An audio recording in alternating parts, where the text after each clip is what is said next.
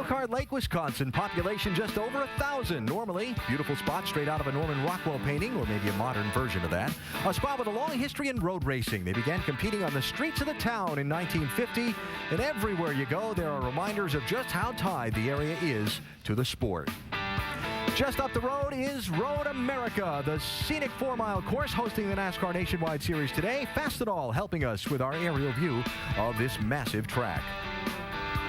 This area was supposed to catch a piece of that nasty weather system that pounded the Chicago area last night, but it ended up missing us.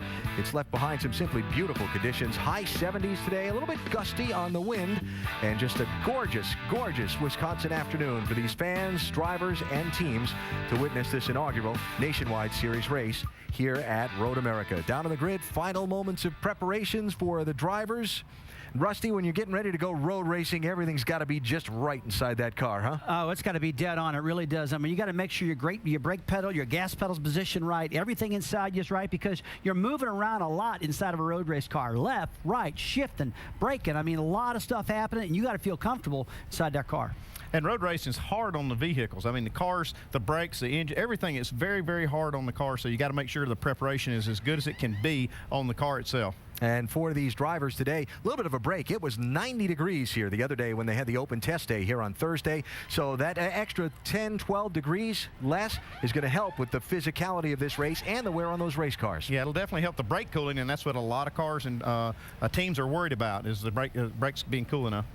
And the pit crews getting ready to do their thing as well. Carl Edwards' team getting all stretched out, got to be limbered up and ready to go. And some of these teams not working with their normal pit crews here today. A lot of the Cup teams that guys might do double duty on Saturday as well as Sunday, maybe not with the full complement lined up for them. We'll talk more about that in just a little bit. Carl Edwards with the brake bias adjustment there. There's Paul Menard, homestader. Eau Claire, Wisconsin, not far from here, and this would be a big day for Paul if he can turn around and win this one. I tell you, a lot of these guys right now are thinking at this particular point, yeah, and back to your question, Paul's going to be a great day if he can win, but you know, as a driver, I'm thinking right now about getting down into turn one. I'm thinking about how are we going to get 43 cars down to a tight turn one and not crash right off the bat. Yeah, that's going to be a hard thing to happen here. I mean, you can see how long it is down here. There's a lot of rumble strips on each side. Track's very narrow when you get there. All right, so drivers have strapped in, cinching up the window nets and getting ready to go. Crews cleared the grid, getting their pit equipment all squared away. And now trackside, the Grand Marshal is set to give the command to get this race underway. Once again, our honorary starter, Willie G. Davidson, Senior Vice President of Harley-Davidson Motorcycles. Drivers, start your engines.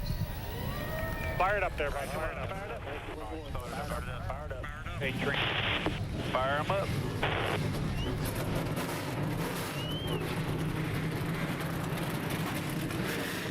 You can shut the thing off, Trevor, and let it sit. How many ways go? Fire. Going to wait for. You guys got a copy down there? Yeah. 10-4, wait a second. 10-4. Get started.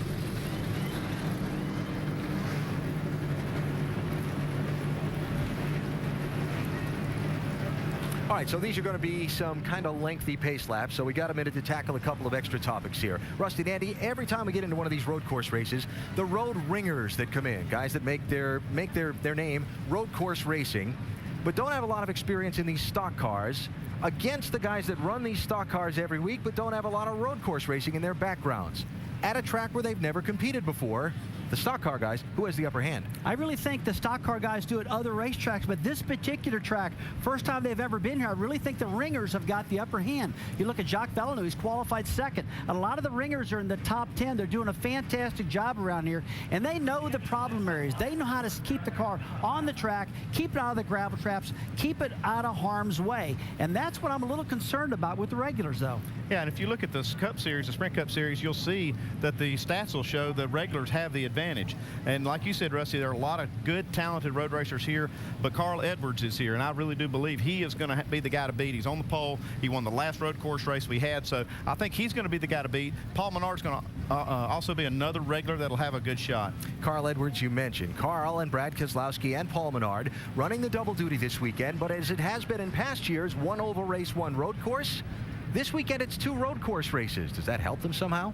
I really think it does. I think that's a good thing that they're running the road course race out in California and running a road course race here. I think anytime you can get your rhythm going, you're braking, you're downshifting, your lefts, your rights, I think it's a good thing. Look, I realize it's two different courses, but I still believe that more practice at these tracks for each one of them is a good thing. I absolutely agree, and I think having those drivers shifting gears and using the brakes hard, even though the cars are very different, the Cup cars and the Nationwide cars are very different, and the track's obviously different, I still think it's an advantage for these guys to be on road courses at both of these venues. Now, talking about the ringers, as always in these road course races, a lot of faces in places you're not used to seeing them. In fact, in this particular race, 14 drivers making their first Nationwide Series start of the season, and 7 of them making their first Nationwide Series start ever. Let's talk about some of those drivers now, beginning with Jamie Little. Jamie? Well, Alan, one of those drivers is Owen Kelly, and just like Cup Series regular Marcos Ambrose, he hails from Tasmania, Australia, making his debut today. Now, I talked to him. He is so excited about this opportunity. Thanks to Dale Earnhardt Jr., though. Jr. brought him over here to the States 2 years ago. He's been racing a late model stock car for Junior Motorsports, but today he hopes to open the eyes of many people to his skills on the road course, making his debut for Baker Curb Racing. Doc? Thank you, Jamie. You know, last August, Victor Gonzalez, who's driving the 05 today, made history by becoming the first Puerto Rican national to ever drive in a NASCAR race when he finished 14th at Montreal. Now, Victor is hugely popular in Puerto Rico. There are billboards up all over the country. He's been on the front page of many, many newspapers. And this week, Latin music icon Ricky Martin tweeted his million-plus fans and said, watch this young man on ESPN2, and let's pull for one of our own. And on a personal note, by the way, last night, as a surprise, Victor's 69-year-old dad, Victor Gonzalez Sr., there shown in that picture, flew in. He had not seen his son race live for 11 years to watch him race here today. What a special Father's Day weekend for the Gonzalez family. Mike? Thanks, Doc. Back in 2007, when Brad Coleman ran 17 races with Joe Gibbs Racing, he posted top 10s in 2 of his 3 road course races. That's elevated the excitement level here in the 18 camp. In fact, I spoke with his crew chief, Jason Ratcliffe, this weekend and asked him if the expectations are any different with Coleman behind the wheel than if he had Kyle Busch behind the wheel. To my surprise, he said no. He said the preparations are different, but the goal is the same. They expect to go to victory lane this afternoon as they roll off 4th. Alan? All right, Michael, thanks. 2 pace laps today. 2 pace laps instead of the normal 3 around this 4-mile track. Makes sense. Drivers setting their pit road speed limit right now. Talked about Paul Menard a minute ago. He is our in-race reporter today. Eau Claire, Wisconsin native, starting 8th at his Ford. We'll talk to Paul as he makes his way around on the pace laps in a moment and take one more refresher look at this track that's going to provide such a challenge to the drivers over the following 200 miles.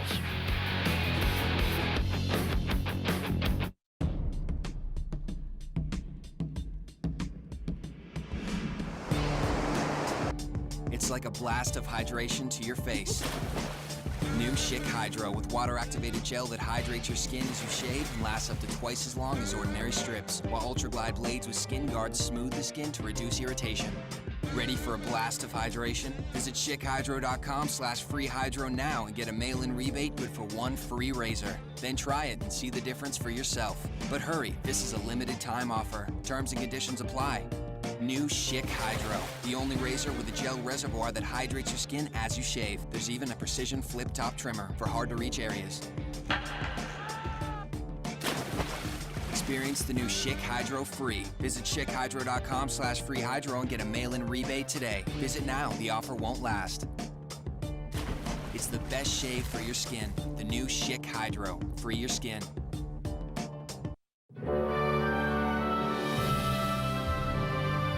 The most hallowed ground in all of golf. If you play here once, you remember it forever. Jack Nicklaus, he told me yesterday that this was his favorite place to play golf. The career Grand Slam again at St. Andrews. The Open Championship returns home to legendary St. Andrews. All 4 rounds live, July 15th through the 18th, exclusively on ESPN. Where do I get my daily NASCAR fix, log on to NASCAR.com. NASCAR.com. They have everything. They have highlights, Interviews, preview shows, me shows. You say me shows? My show, Kyle's Corner. Tons of videos. I like the articles myself. Articles? Yeah, the articles, Track Smack, Splash and Go. Hey, look, whatever you need, I promise you, NASCAR.com has it. NASCAR.com. NASCAR.com. NASCAR.com. Check it out.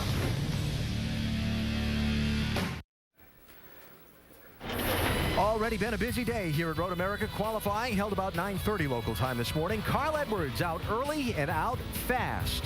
Oh, yeah, I mean, he was quick, as fast as lightning. All through practice, he was #1 in practice here on Friday. And then, on Thursday, he had a flat to Sears Point. Somebody else was driving his car then. Lit it up well. His teammate Colin Brown with a good effort. Qualified third quickest in his Roush Fenway number 16 Ford. Young man looking for a big day today. Then Jacques Villeneuve had a pole-winning run going till the last corner. Yeah, right off this corner, you see, just tried to push it a little bit too hard, and it really cost him a lot of momentum up the hill. This was his fastest lap in qualifying, and it may have been a pole run. So Carl Edwards, you know, it sounds funny to say because he's won a road course race before, but first pole on a road course in his career for Carl Edwards, and he will lead this field to the green flag in just a moment. Look at the starting lineup up at the top of the screen. Meantime, let's show you the rest of the onboard views we'll have to take you around this 4-mile course. Justin Allgaier in the Verizon Wireless car is going to start in 18th position today. Right next to him, Steve Wallace, 5-Hour Energy camera. He is starting in the 17th spot. Matt DiBenedetto going to get some road course experience today. The Nationwide Insurance onboard camera, the Joe Gibbs Racing car, starting 14th. Our in-race reporter, talk to Paul Menard in just a minute. He starts his Menards Ford on the 8th position today. Talked about Colin Brown. He's carrying an onboard camera for us as well today. The Ford camera from the inside of row number 2. On the pole, Carl Edwards. He's got a camera on board his machine, the Fastenal machine. And he's noting the little shifter lever there. We'll talk about that as we go through the day. And a particularly interesting view from Jacques Villeneuve's car. Oh, this is a really cool shot right here. We can watch his brake pedal, his gas pedal, how he works that. He's a professional road racer, and I'm really excited to see how he's going to do this. You and all the other drivers, too, when they go back and watch the tape afterwards. All right, Rusty, as they come around on the pace lap, let's see if we can get a hold of our in-race reporter, Paul Menard. Paul Menard, Rusty Wallace, ESPN. You got us?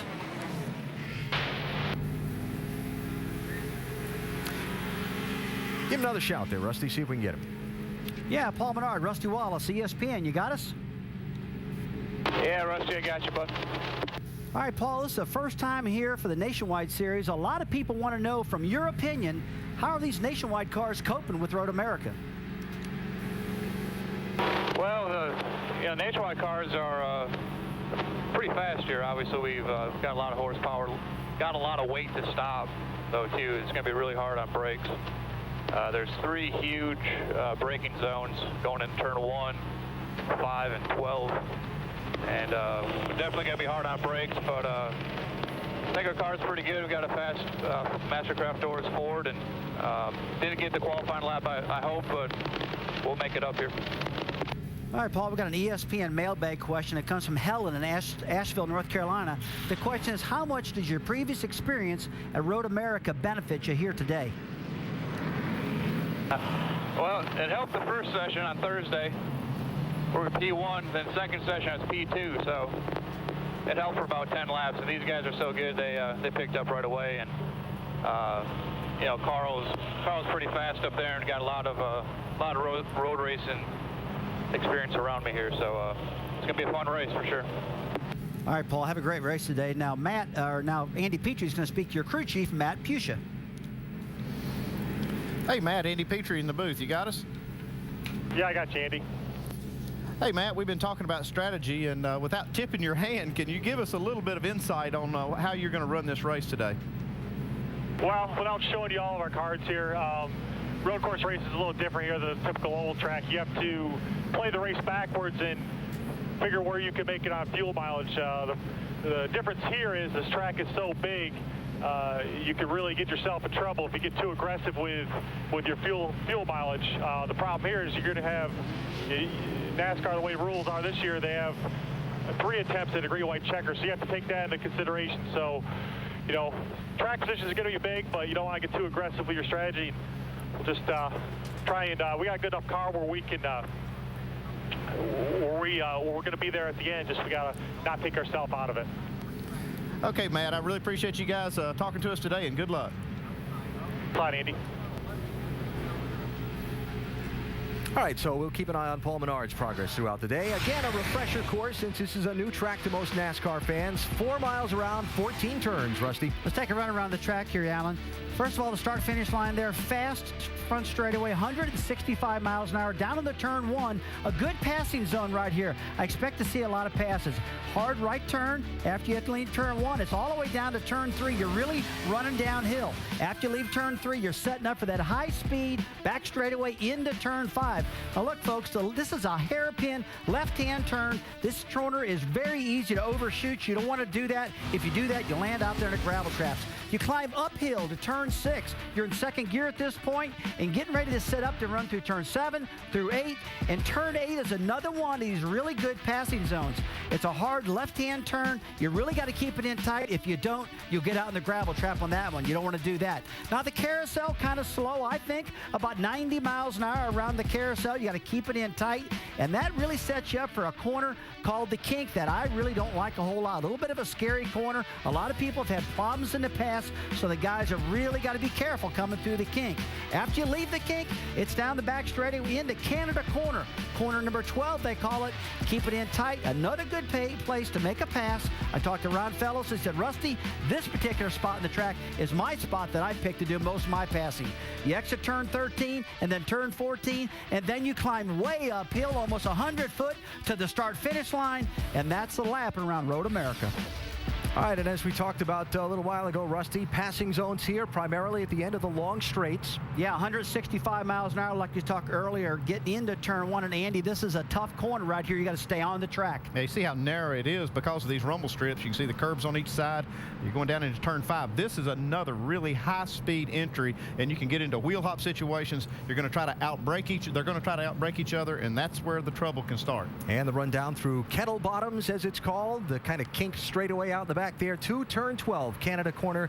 Another great place for passing, another great place to get in trouble. Look at all the skid marks throughout the weekend's action here, and we haven't even started the race yet. You know, one key thing we need to take a look at right here in turn 12, to the left-hand side of your screen right there, are all the rumble strips. These strips can really upset the car. They're different than any road track that we go to. This is a very unique style of rumble strips, so you got to be careful right there.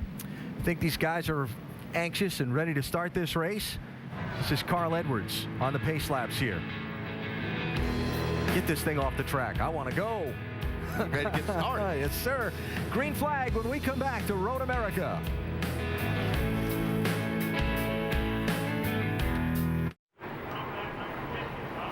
Just about set to start the Bucyrus 200, presented by Menards at Road America. Quick look at the facts and figures on the day. 50 laps around the 4-mile course to get you a touch over the 200 miles. Yeah, you see there, 35 miles an hour down that long pit road. About 2,000 feet they have to go down pit road at 35 miles an hour. Kind of estimate 17 to 20 laps. It could be longer. It could be up to 22, 23 laps. First time here, we got to find out. Yeah, we'll see how much these teams will gamble on that pit window as we go. Here they come up the hill. The pace car is off the pit road entry a good bit down the hill before the start-finish line. Turn 1 going to be interesting. Yeah, if I was a crew chief for one of these cars that's starting just a few rows back and in the field, I would say leave yourself a little room here getting into turn 1. Don't be so committed that you have no outs if you see some trouble ahead. Here they come to the line. Starter waiting, giving the signal, hold it down. Now green flag. The NASCAR Nationwide Series is racing at Road America.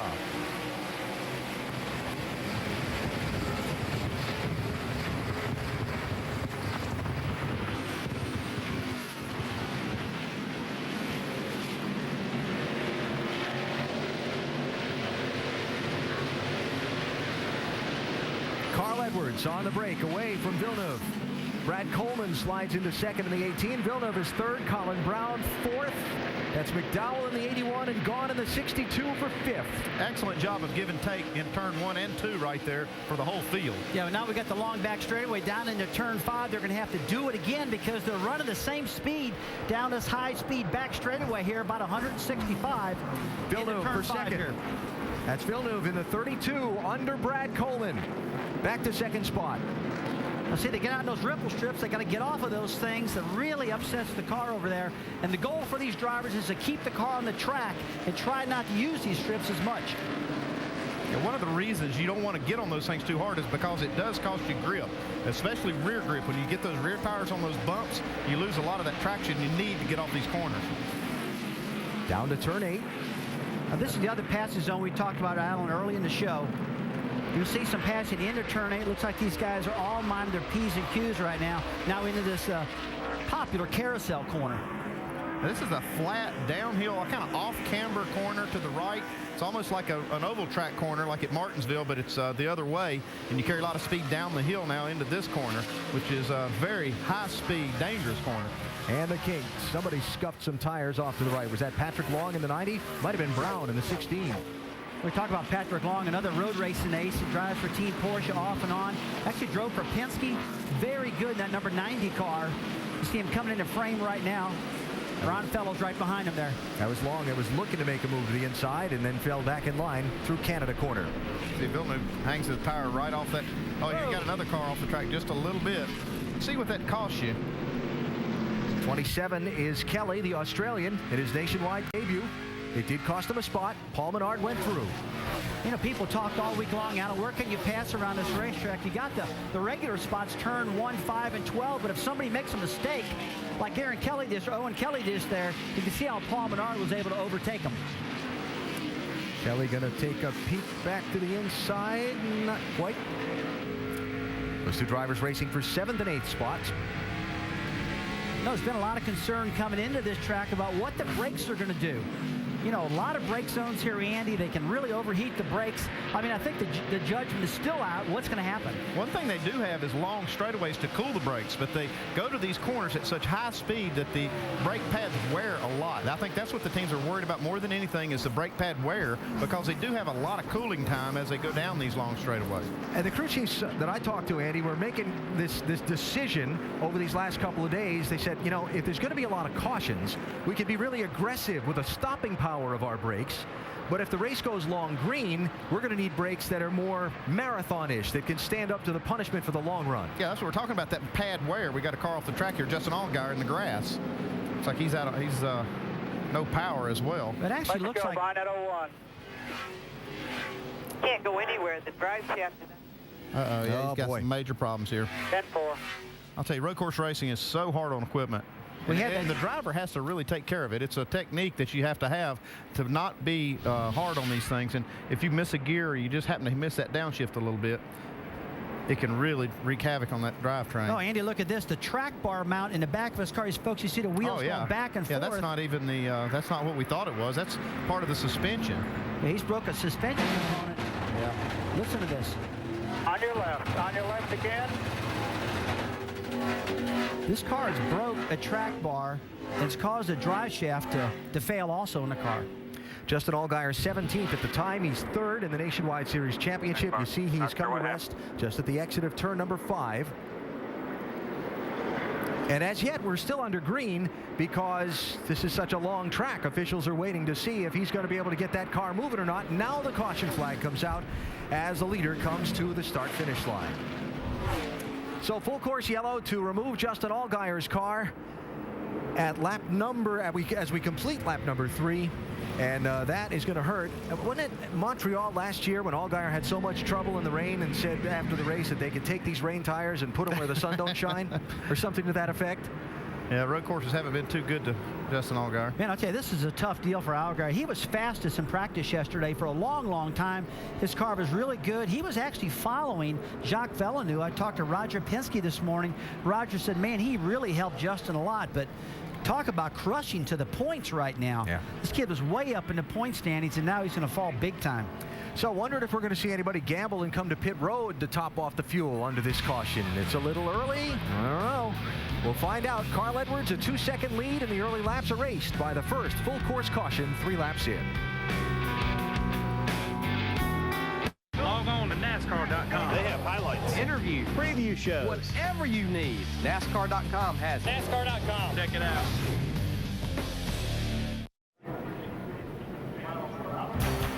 The The Bucyrus 200 at Road America for the NASCAR Nationwide Series under caution after just a couple of laps of the 50 scheduled. Justin Allgaier, third in the championship, running 17th at the time with trouble heading into turn number 5.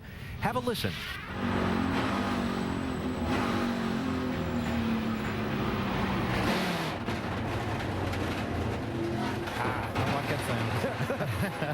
That's the drive shaft going up against the drive shaft loop. Is a containment ring that goes around the drive shaft, and when that lateral support rod, that track bar mount breaks, it allows that to just go side to side, and all that stuff starts crashing.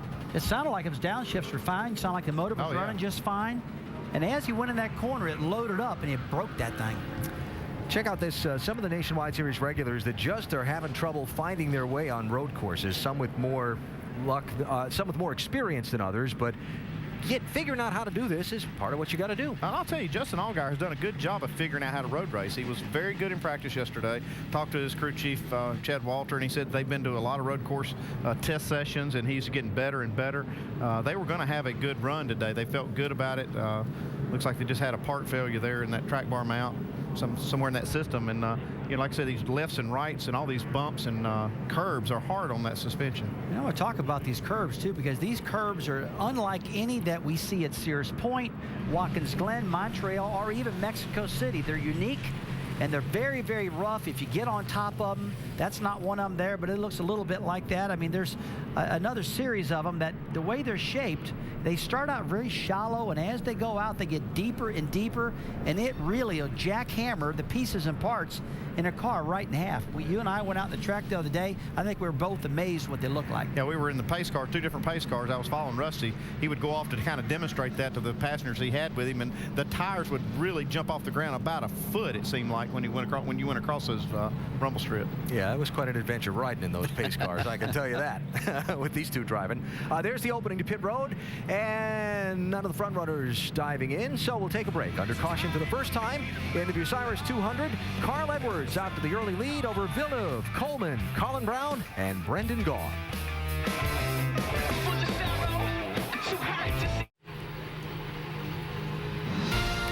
ESPN's ALNL Showdown continues on ESPN tomorrow and Monday night. First, Manny Ramirez returns to Boston. On ESPN's Sunday Night Baseball at 8 Eastern, the Dodgers take on Kevin Youkilis and the Red Sox. Then on ESPN's Monday Night Baseball at 10 Eastern, Derek Jeter and the Yankees face the Arizona Diamondbacks. Both games part of the ALNL Showdown presented by State Farm and available on ESPN3.com.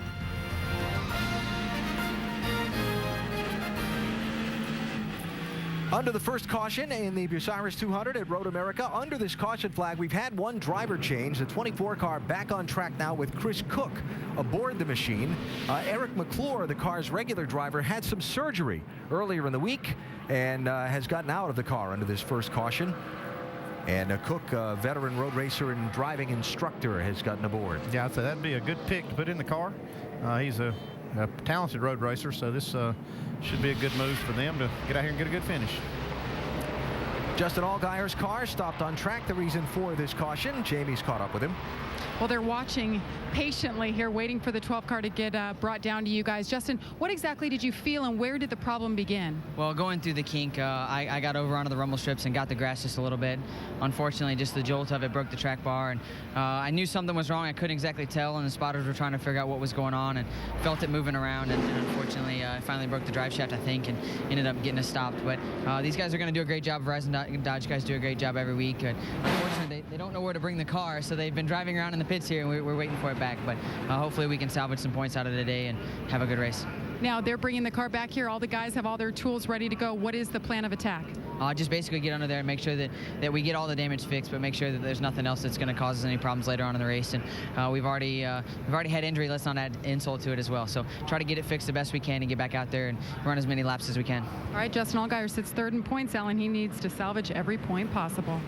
Not going to be a good day there for Justin Allgaier. So while they bring his car to the attention of his crew, we get set to go back racing in rumble strips. You talked about, Rusty, how they're different here than in a lot of other places. See if we can get a look at that. Yeah, let's take a look at this right here. See how they're very shallow out there by the racetrack, and the farther you get out, they get very deep, almost 3 inches.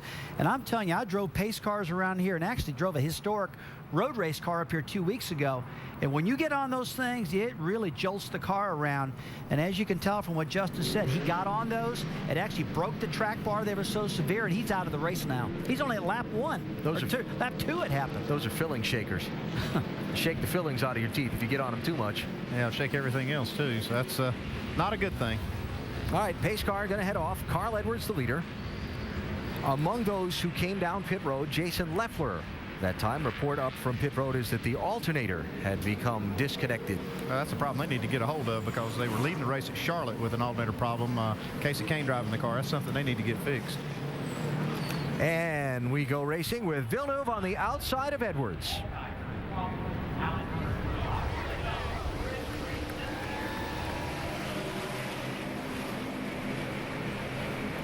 Well, you can tell these guys just want to get to the inside edge of the track. They fight for that position, because if you get hung on the outside, sometimes you just can't make that corner. You get out in those rumble strips and upsets the car. Able to run too wide through that corner, even as narrow as it is. They did a good job. Brendan Gaughan around the outside of Brad Coleman for the 4th spot. 62 on the move early. He had a good car in practice. Yeah, he did. I talked to him in the garage area, and he's raced a lot at this track, different series. He's also even run, they used to have an off-road track over here where he ran an off-road truck at events. So a lot of racing here at Road America. Coleman coming back on him on the inside. That's turn 5. And Hornaday gets hung out there in the 33 car. Boy, it's hard to get traction up this hill. A lot of the guys spin the tires really bad. Getting into turn 6 right there, trying to keep it inside. It's a tough corner. Off into the gravel trap. Who is it in the cloud of smoke? Oh. He's coming back on the track, though. Not often you get into the gravel trap and get through it. Maybe that off-road experience coming in handy. Yeah, maybe. Yeah. Good job for Brendan. I tell you, that's amazing. He got that thing out of that gravel trap and on the track, and it's had a little right front damage, it looks like, but not too bad. So he went from racing for 5th spot back to about 10th, it looks like, in line for the 62. Yeah, that's still really good to go in those gravel pits and get out without getting stuck. Check that. That's a lot farther back than 10th. He's back about 19th in line, Doc. Yeah, you mentioned, by the way, his history of off-road racing. He wants to stay on the road here today. All 4 off, but he said everything's still good, Frank. He told us he had been here in a Barber competition car back in 1992, but in the practice session yesterday, he said, I'm having a hard time with the right-hand turns here, and they made a minimal adjustment, Rusty, with a little bit of nose weight, and suddenly the car just reacted so well that he went out and qualified in the top 10. A small movement of nose weight in the front of that car made all the difference in the world. Yeah, Doc, that could be a real key change right there, because you want to get all the weight you can to the back of these cars to maintain forward bite and things like that, but if you get too heavy in the back, it can get real tail happy. It'll feel like a big pendulum action on the back of the car. So it looks like they went forward just a little bit with that weight, kind of settled that car down. See that 32 back end dancing? Well, you can see just how much he's leaning on those brakes getting in the corner. That's what these road racers, these pure road racing drivers do well, is get on the brakes, get the most out of the stopping power of the car. And you can see right there Jacques Villeneuve getting all there was into turn 1. On board. Oh, I love this shot. You can see just his technique on the throttle and the brake pedal. See the upshifts, all they do is just burp that throttle. See no clutch at all. You can see right here going to the brake. Pop the gas and downshift. Trouble, Tim George Jr. off the course. Getting it back going. Got 4 coming by you. Jump in right behind the 89. There you go. Got some big damage on the right front fender of that 21, it looks like. Yeah, it looks like that's on the exit of turn 3. Heading down to the long back straightaway, turn 5, and he got off right there. And like you said, Alan, a little damage on that right front fender. Flat. Right front flat. And back up front. And the thing I wonder about these road race ringers, I call him, Jacques Villeneuve, we all know he's very good. But I wonder if he actually knows how hard you can push these brakes on these 3,400-pound stock cars and get away with it. Well, he's probably raced these cars enough now to kind of get a feel for that. And they did a lot of practicing, did a test session on Thursday. So a lot of teams have got a good indication on how much these pads are going to wear over the course of the race. And they did have some struggles with the brakes on this car in the test session on Thursday as they tried to find the limit. Well, that's what you do. You go out there and push the thing, everything it's got, and try to find the limit. And that's how you tune the car. You find these places in practice. Doc, what did they learn? Well, you know, Andy, what they did, the brake engineers came and told the team here that Jacques Villeneuve uses more rear brake by comparison than any other driver in the field. And Jacques told them, said, look, you know, in IndyCar racing and in Formula One, I liked having more rear brake. It helped me control the wheel hop, and it also helped me turn the car. I use more rear brake to help me turn the car, but I also brake earlier on those high-speed turn left and right-handers. So I'm wondering if using more rear brake will hurt him in the long run here throughout the afternoon. Well, a driver that can stand a lot of rear brake will actually, it'll take a lot of pressure off the front brake. So that's a good thing if he can stand that and not have any problems with wheel hop or sliding the rear wheels getting in the corner. It can take a little bit of that wear and load off the front brakes. Yeah, I totally agree with you. I mean, it'll help the brake problem, no doubt about that, but it really does put you into danger zone. If you start locking the rear wheels up, turning left or right, that can spin the car out. And I've seen many drivers try to put too much rear brake in, and that happens. And also, it starts wheel hopping when you do that also. You see the front two have moved away from third place by about 3 seconds. Edwards and Villeneuve running 1 and 2. This is where Tim George Jr. got the damage and got off into the grass at his turn 3, and he went for a ride. No caution there. We're under green.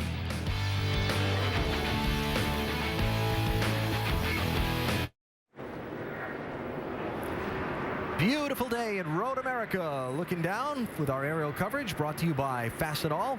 High 70s on a wonderful June afternoon here in Wisconsin, and a great day for racing for the NASCAR Nationwide Series inaugural visit to this 4-mile course. Look at the people, look at the cars. It's a huge crowd. I mean, the people are just everywhere around this racetrack. The track is so big, and everywhere you look, there's just piles of people. So I'll tell you, no doubt about one thing, it's a real popular event up here in Wisconsin. Carl Edwards and Jacques Villeneuve have moved away from the pack by almost 3.5 seconds. On third place, Brad Coleman. Now, we've just completed the 8th lap and beginning to work lap number 9, and let's talk a little strategy, Andy. Yeah, you see if you can go 20 laps up to the end of that pit window. You could make your first pit stop as early as lap 10 and still be able to make your last pit stop. Now, that last pit stop is absolutely the most important one. You want to try to make that one as early as possible in case that caution comes out, because if you get caught on the racetrack and you have to make a pit stop after everybody else, it's going to put you behind them. And so you want to try to make that pit stop as early as possible. So we could expect to see some of these guys coming in for the first time in the next lap or two. A little farther back from the lead, Paul Menard running 5th in the 98. Michael McDowell in the 81 is 6th. Patrick Long in the 90 is 7th. And then behind them, side by side, that's the Australian Kelly in the 27, diving inside Ron Hornaday. Yeah, Hornaday's struggling just a little bit. See right there, getting ready to lose another spot to Ron Fellows. Yeah, this is a tough part, getting to turn 6 right now if you're on the outside like Ron is. He does a good job, gets out of gas, gets behind Fellows, because you saw earlier what happened to Brendan Gaughan. He tried to go there double file and got out in the gravel straps. Jamie, 27, Carl, what do you got on him? Yeah, Owen Kelly holding a pretty steady wheel as of now. He just came on the radio a few moments ago, though, and said the 33 car is holding me up. He says the car is pretty good. He just needs a little more front grip. The crew is planning on him coming into pit about lap 12. Doing a nice job so far. He really is. This 27 team is really trying to do all they can to continue in this series. They've got a good road racer behind the wheel today, and a good top finish will help them do that. Again, a little bit farther back.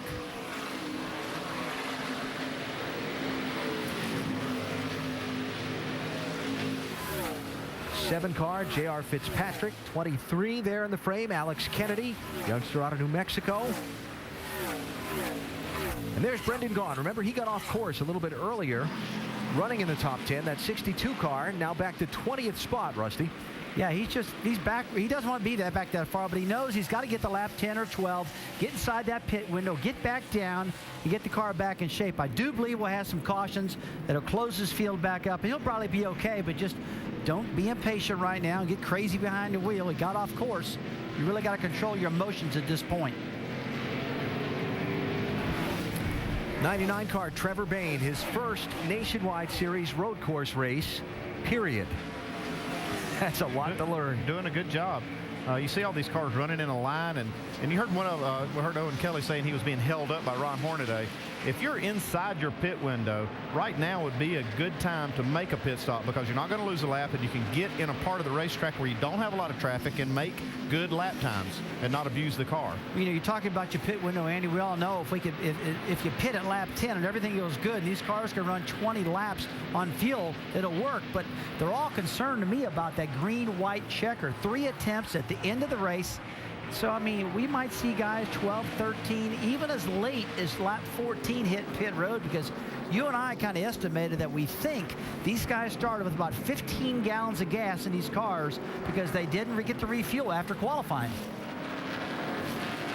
Check on the championship leader, Brad Keselowski, trying to pick his way through the field. Took the green flag in 13th spot, working on Stephen Wallace there to try and get back to 13th. Right now, Brad running in 14th position in that 22. Yeah, I think Brad Keselowski is making, just making good decisions. He's being very conservative.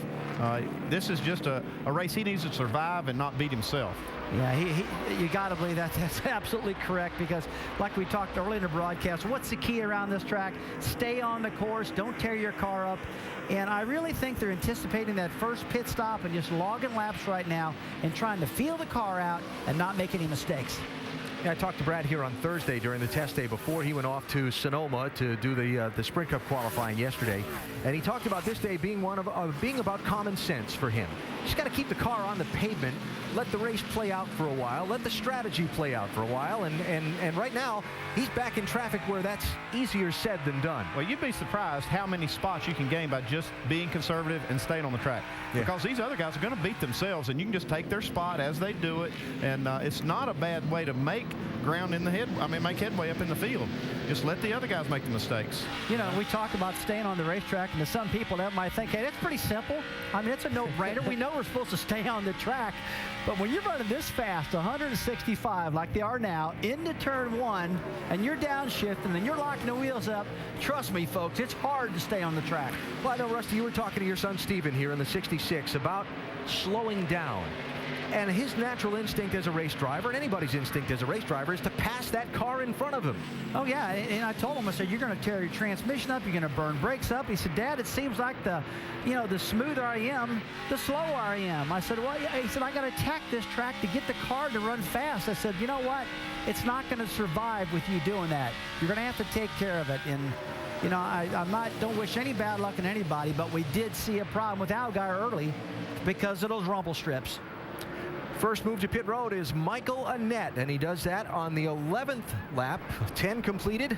And Mike, the Annett car, the first one in. And it's been an uphill battle for this team all day long. They had to go to the rear of the field to begin with for making an unapproved adjustment after the impound. They had to replace a window brace. What they're going to do here is change 4 tires, take on fuel. They've also made an air pressure adjustment. Otherwise, Michael Annett pretty happy with his race car as they go to work now on the right side of that car. Remember, pitting backwards, the footwork a little bit different, everything a little bit different, the stop a little bit slower than normal, but it was clean. Annett's away. Andy, you were a tire changer earlier in your career. How difficult is that to turn everything around for a day? It is difficult. I mean, what it does is it throws off. All of these things are just rhythm. You get so used to doing everything a certain way, and when you come to a road course, it's backwards. You really have to think. You have to slow down, and the pit stops are just going to take a little bit longer. I know these teams that do a lot of practice sessions to try to get in the rhythm the weeks leading up to these road courses, but you don't want to do too much of that because it'll mess you up on the other track. Yeah, so. when you go back next week. Watching here if Carl Edwards makes the move to the right to come to pit road. He does not. Hearing they were considering it on this lap, but Edwards has stayed on the track.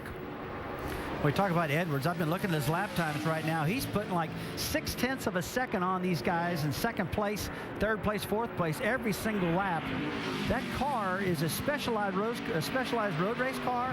He told me on Thursday that this is the same car that he won Montreal with, and he really likes the way this car handles. It is showing with the speed. He ought to like it. Yeah. Looking good so far. I think it's showing that some of these cars really are stretching it to go 20 laps. Trouble here on the final corner. That's Antonio Perez. There goes Chris Cook around.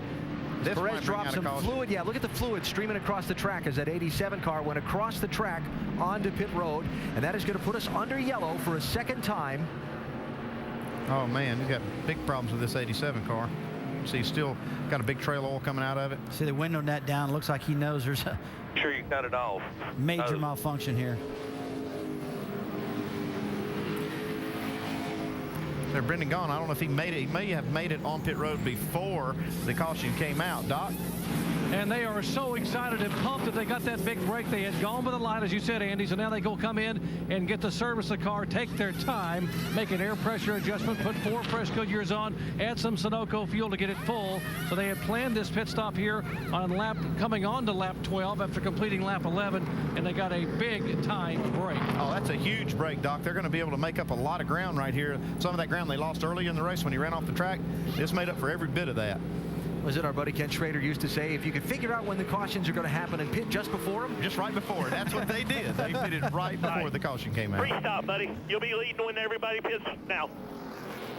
Yeah, that's Brad Parrott, the crew chief. He knows the deal. He says they'll be leading after everybody makes their next pit stop, and you'll see that happen here after we go green. Antonio Perez had an engine failure on Thursday here during the open test day. Something not too good has happened underneath that 87 car again now, and a stream of what appears to be oil from where he went off the course in turn 14 across the track and up the pit lane has put us under the full course yellow for a second time. Now, Andy, on the strategy front, let's just talk about this 60 car, the leader. Do they stop under the yellow? Well, if they're inside their pit window, they would probably make a pit stop right now because there hasn't been a lot of cars that pitted under green, so it's not going to cost them terribly if they come down pit road now. The ideal thing would have been to pit just like Brendan Gaughan did just before the caution came out if they were in their window.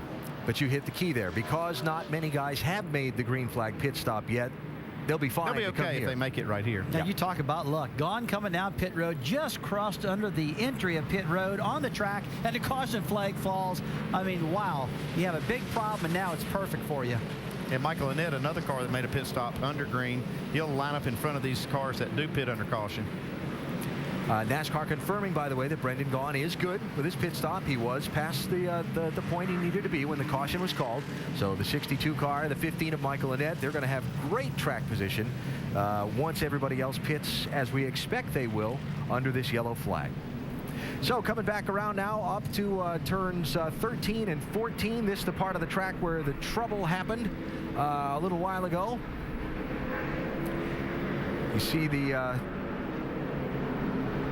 tunnel, the access tunnel, the infield going underneath, and here's the 14th and final corner, and you see how the 87 car had his trouble, went straight off, and then back across the track onto the pit lane. And you see all that oil right there because of it, right across the racetrack. And that particular corner, turn 14, you got to hit that corner right because that's what picks up the big speed up the front straightaway. Here we come.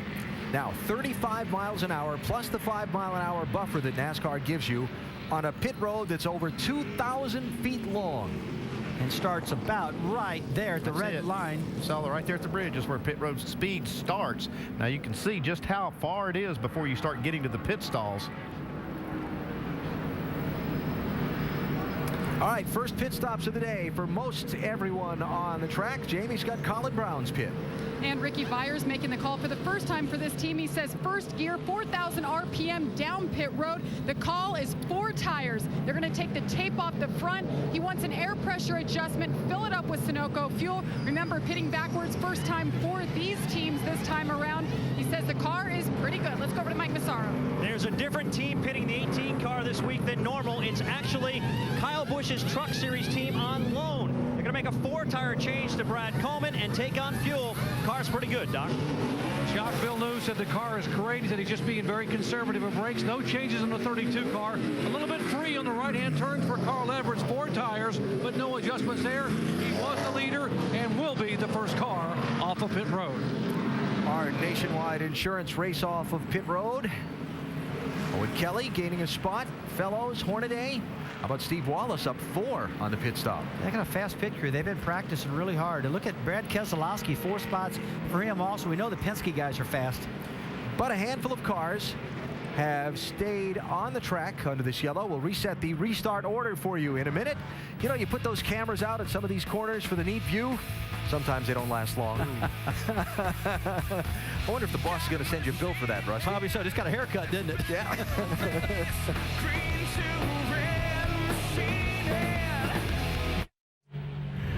The The 2010 FIFA World Cup continues on ESPN and ABC tomorrow. First on ESPN at 7 Eastern, Slovakia takes on Paraguay. And at 9:30 a.m. Eastern, it's Italy against New Zealand. Then on ABC at 2 Eastern, it's Brazil versus the Ivory Coast. The 2010 FIFA World Cup on ESPN and ABC tomorrow. The World Cup available on TV, online, and on your phone. Go to ESPNsoccernet.com, easy for me to say, for more information. How about the end of that U.S. game yesterday? Wow. We look down on Road America for the Bucyrus 200 as it's under caution for the second time in the race. Caution coming out when the 87 of Antonio Perez drops some oil on the track. This is not the first NASCAR race at this track. Back in the track's second season of 1956, they ran a race for what is now the NASCAR Sprint Cup Series. Tim Flock won the race, an event that was peppered with some rain on that day. The reports are there is the checkered flag and the happy winner celebrating afterwards. It was not a commercial success. They didn't sell a lot of tickets that day, so they didn't have him come back. And now we advance quite a few years later, about 55 years to be specific. And they've got quite the crowd here today for this Bucyrus 200. Yeah, they just called the green flag off. They're going to keep it under caution because they still have some oil on the track back there from that 87 car incident. So while they continue the cleanup, we'll take a moment to talk about Wisconsin. What a great racing state, huh? So many great short tracks around the area and a lot of great Wisconsin racing drivers over the years who made their name in NASCAR. Bottom couple in today's field, Paul Menard and Tony Ave made his name in the Trans Am Series. Just some of the notables from Wisconsin as we're here in Elkhart Lake for today's Bucyrus 200. Still working the caution here at Road America. Verizon Wireless customers, text CHAMPION to 43776 for exclusive Champion Chats content from the NASCAR Now Roundtable experts.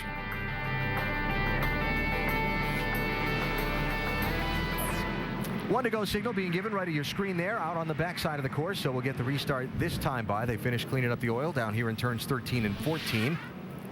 This is Blake Hoagland, the front tire carrier on the 32 car on this first set of pit stops for Jacques Villeneuve. See how everything's backwards. He's still going to the opposite side of the car first. Outside tires being changed, coming around to the inside.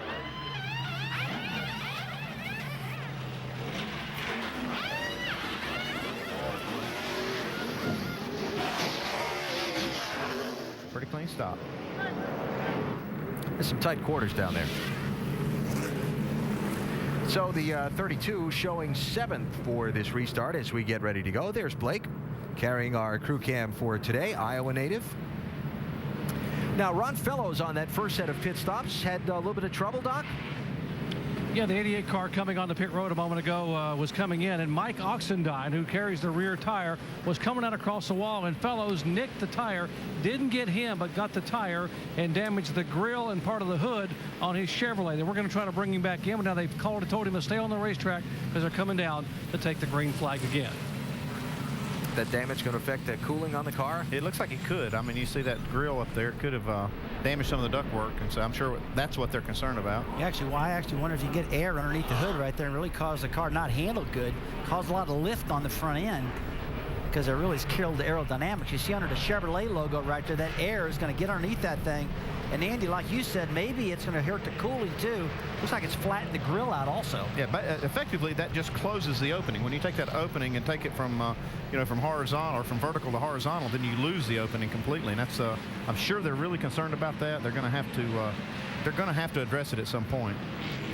Pace cars off. Jason Leffler, Mike Bliss, Morgan Shepherd did not pit.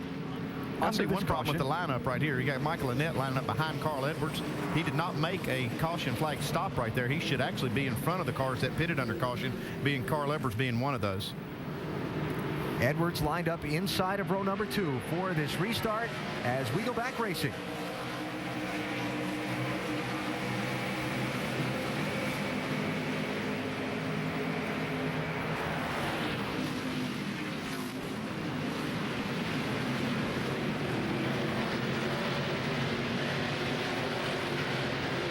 Everybody cleanly through. Mike Bliss getting shuffled aside a little bit. Edwards in the 60 with pressure on Leffler in the 38.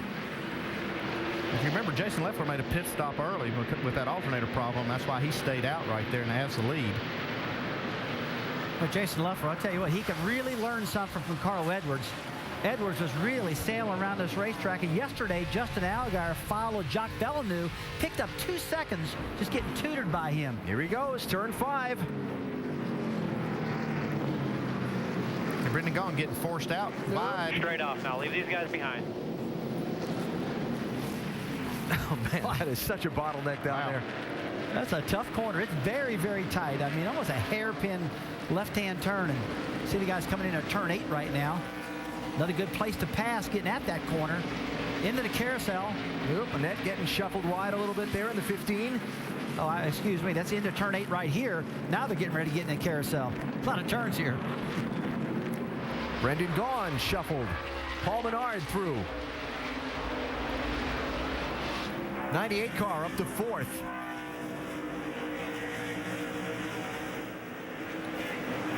Jason Leffler led on the restart. He's been shuffled back to 5th now, about a half a lap in. Mike?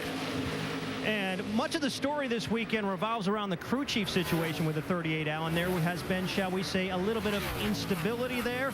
Earlier in the year, Scott Zipadelli was let go. He was replaced by Trip Bruce. Trip Bruce right now serving a suspension. Meanwhile, the guy getting the opportunity, a guy who was released at Roush Racing about a month ago, that being Eddie Pardue. Pardue, the guy rolling the dice here, electing to stay out. You mentioned, Andy, the alternator problem early on. They're trying to reclaim some of that track position they lost because of that early pit stop. Pardue signaled to me, we should expect them to stop somewhere around lap 22 to 23. Yeah, they just have to get creative with that strategy now. They won't be on the same strategy as everyone else, but sometimes that can work in your favor if the cautions happen to fall right. 16 car of Colin Brown got a wheel off there in that 14th and final corner. That's going to allow Owen Kelly in the 27 to go through, and Brendan Gaughan going to try and repass Brown, who passed him back at Canada corner. Oh boy, he did a good job too. Colin Brown did, getting around Brendan Gaughan. Brendan tried to make a pass, actually got held up a little bit, and Colin just zipped right past him. He did a textbook job. I can see that 88 car ducking out of line on these straightaways, try to get some air to that grill where they've got it mashed in. Don't know how his water temperature looks, but he's trying to get a little extra air to it. Now, there's one thing we do know. There's no way the car's cooling any better. It's got to be getting hotter. Just how much can these engines stand? Paul Menard, man, he is on the move. That was a great move on brakes right there under that high braking zone to try to make a move on Villeneuve. He wasn't giving in, though. Nope. Drivers have to. Drivers tell me one of the toughest things is exiting turn 5 and not having too much wheel spin, getting up to the top of 6. It's just a big drag race. Talk about a drag race. It's a drag race down this straightaway now into turn 8. But I talked about a good passing zone. Doc, what about Paul Menard? What's he saying? You see him moving in on Jacques Villeneuve. Now, they made a major swing at this car during that pit stop a moment ago, Rusty, and Paul said, I need more side bite and more drive off. And since there's only going to be 2 stops probably today, they decided to go ahead and pull a rubber out of both rears, and they made a major air pressure adjustment. Matt Puch is saying, let's just do it now and see if it has any effect at all, and apparently it's helped Paul quite a bit. Yeah, it really has lit this car up, Doc. I mean, he is really putting the pressure on Villeneuve. Down through Kettle Bottoms, headed toward Canada corner. Let's see if he goes after him under braking here. Going over a little bit of a protective line. Looks like the car's handling better now, staying tighter inside the corner, especially getting into turn 12 like you said. Now when you exit turn 13, a lot of drivers right there say they really spin the tires and need more grip there too. When you got somebody filling your mirror up like this, Rusty, does it force you into making a mistake as many corners as you have at this track? Oh, absolutely, Andy. It'll make you overdrive the corners. I mean, it's happened to me many times where I try to run faster to get away from the guy, and I overcook the corner, lock the wheels up. The guy drives right past me because of my mistakes. Saw the 32 car get a little wide off that last corner, drop the wheel in the dirt, throw the big cloud up in Menard's face. What's that like from behind the wheel? Yeah, when you see the clouds and you can't see through the clouds, that's when you got a problem. Farther back in the pack. Well, I can tell everybody just really minding their business out there right now, not getting too aggressive. And I expect when the brakes start wearing and we get later in this race, that's when the things are really going to heat up. We're going to see some off-track excursions and some problems. And that 15 car for Michael Annett has really fallen since the restart. He was up in the top 6 on the restart, and he's back now running in the 24th position. You never know what the problems are. I mean, a lot of these guys made air pressure changes for grip, could have went the wrong way. Because, Andy, you and I talked about the other day, this is a big fact-finding mission for everybody here. They don't know what they need right now. One guy that does know what he needs is Paul Menard. He's been here a lot. He's from Wisconsin, raced on this track a lot, and his experience is showing a little bit right here. You can see he has one of the better cars. I think if he could get by this 32, he could put some pressure on Carl Edwards. One of NASCAR's regional touring series in past years was the Remax Challenge Series. They ran a race here on this track in 2001. Paul Menard won it. There is no doubt about one thing. Paul Menard is a really good road racer. The other problem is, though, for Paul Menard, so is Jacques Villeneuve in front of him. Paul's got to find a way around that 32 car if he wants to chase down Carl Edwards, because Carl is once again, just like he did in the first couple runs of the race, he's put some distance on the 32. He's got a comfortable lead. He's got, like I said, a couple seconds right there, a second and a half. That's enough to keep from getting worried like with somebody in your mirror, like we said. Like Villeneuve has got this mirror full of Paul Menard. You know, just about every single race, an owner has a special car. Carl ran off the track just a little bit right there on exit. Yeah, he's really using it up. I was about to say, every race, somebody's got a better car than anybody, but right now, Carl has definitely got the strongest car. He came by that time a half a second faster than Jacques Villeneuve and also Paul Menard, so he's a guy that's just got to keep it on the course, not make mistakes. He can win this race, no doubt about that. So Edwards leading by 2.2 seconds over this race for second place. It's another almost 4 seconds back to fourth place. Owen Kelly and Brendan Gaughan in fifth. Leaders putting the gap on the rest of the top 10 at this moment. 17 of 50 laps complete in the Bucyrus 200 at Road America for the NASCAR Nationwide Series. Carl Edwards out in front.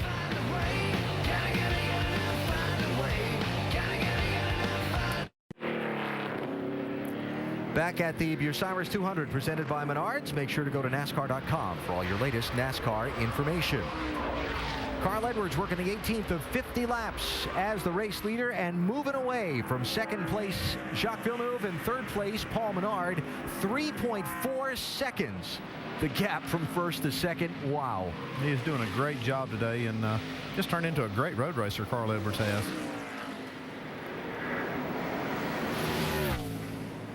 Down through Kettle Bottoms and off to Canada Corner. The 12th turn of this 14-turn course for Carl Edwards. Here comes second and third, Villeneuve and Menard. Fourth place, how about this guy? The Australian Owen Kelly in his NASCAR Nationwide Series debut. Let's take you up to speed and check in on some of these runners. Jamie, how about the 27 driver? Very impressive run so far for multiple reasons, Alan. We've talked about it. Whoa, you see the slide there. Slide job for Owen Kelly making his first start here in the Nationwide Series. Now, this team lost their sponsor last week, and they lost their crew chief in Ricky Byers, who went to Roush. The crew chief on this team is John Reese. Get this, Alan. He's also the jack man. This team is a little team that could, and they're doing nothing but putting the hammer down and moving forward so far early in this race. Doc? You talk about moving forward. It's exactly what the 62 team for Rusty Wallace Incorporated and Brendan Gaughan has done the last couple of weeks in the point standings. They've gained 5 positions up to 9th in the points based on a 13th place finish in Nashville and 4th at Kentucky. And right now, they're trying to get another top 5 as the 62 car is being shown in 5th spot. A 1-pound air adjustment in the front tires, helping the car turn better on the racetrack. Right behind him, the 88 car, road course expert Ron Fellows, a Canadian driver, who is a 4-time winner in the NASCAR Nationwide Series, all coming on road courses. Has some damage in that right front hood and the grill, but thus far has not complained of any overheating situation. Mike. Doc, as we mentioned at the top of the show, Jason Ratcliffe, the crew chief for the 18 car, said the expectations this weekend, no different with Coleman behind the wheel than they would be if Kyle Busch were here. I happened to mention those comments to Coleman just before driver introductions. The look on his face, priceless. Just rolled his eyes and said, wow, that's a lot to live up to. Kyle's one of the world's best drivers, but so far, so good, Doc. And so far, so good. Back behind him for the 33 car, running in 8th position. That would be 51-year-old, soon to be 52-year-old Ron Hornaday. He has a birthday coming up tomorrow. The 4-time NASCAR Camping World Truck Champion, driving for Kevin and Delana Harvick. He'll run this race and one more at ORP. No adjustments on that pit stop, so the car is good. He is just saving the brakes here for those final 10 laps. Jamie. And behind him, Colin Brown, one of the few drivers in the field who have actually been to this track before and raced on this track. So he had high expectations coming in, had a solid qualifying effort at third. It's the best all year. Track has been all right. He's been lacking some grip, but with a new crew chief, they're adjusting on the fly right now, though. They are slipping back. Now, right behind him, Patrick Long in the 90. You heard Rusty Wallace talk about him earlier on. He races in the ALMS series. He is so excited to be in the Nationwide series. He said, it's amazing how many people watch this series. I really want to get my face out there. I want to be one of those road course ringers. And so far, that is what he's doing in that 90 car. He started 7th. He slipped back just a little bit to 11th. Mike? Talking to Stephen Wallace early in the weekend, you could really sense the frustration. He was having a hard time figuring out how to get around this place fast, but at the same time under control. Well, he has seemingly figured it out. At the beginning of the race, he was complaining that he wasn't getting enough grip and that his rear was a little bit softer compared to the other cars. However, those complaints have gone away. Stephen's been relatively happy with the race car since about lap 10. Doc? And in the 81 car, Michael McDowell, the 25-year-old, has 53 career starts in this series. His best finish 6th at Las Vegas a year ago. He hopes that will change today because McDowell, there he comes, is a road course expert. He has won here at Road America in a Star Mazda Series car back in 2004. Has also been a winner at Mexico City in the Rolex Daytona Prototype Series. And right behind him is our series points leader, and that is Brad Keselowski. And all Brad has said on the radio is, guys, I'm seeing the big picture. Big picture meaning the championship. Got a pretty comfortable point lead right now. And he says, I'm going to take care of the gears, take care of the brakes, and be very deliberate on these passes. AB? All right, Doc, thanks. And if you are just joining us and we're here in the very opening laps of this race, Justin Allgaier, third in the championship, broke the track bar mount on his car and has been towed to the garage. His crew still effecting repairs there. Allgaier right now being shown in 40th position. A few cars have gone to the garage. Antonio Perez out with the engine problem we saw earlier. Joey Scarello, Brian Keselowski, Jason Wise, Andy Ponstein, Kevin LePage all started and it would appear parked on the day here at Road America. So still Carl Edwards putting the gap on second place. Jacques Villeneuve in third place, Paul Menard, and even 4-second lead from Edwards. Back to second place as we close in on halfway in the Bucyrus 200 Road America.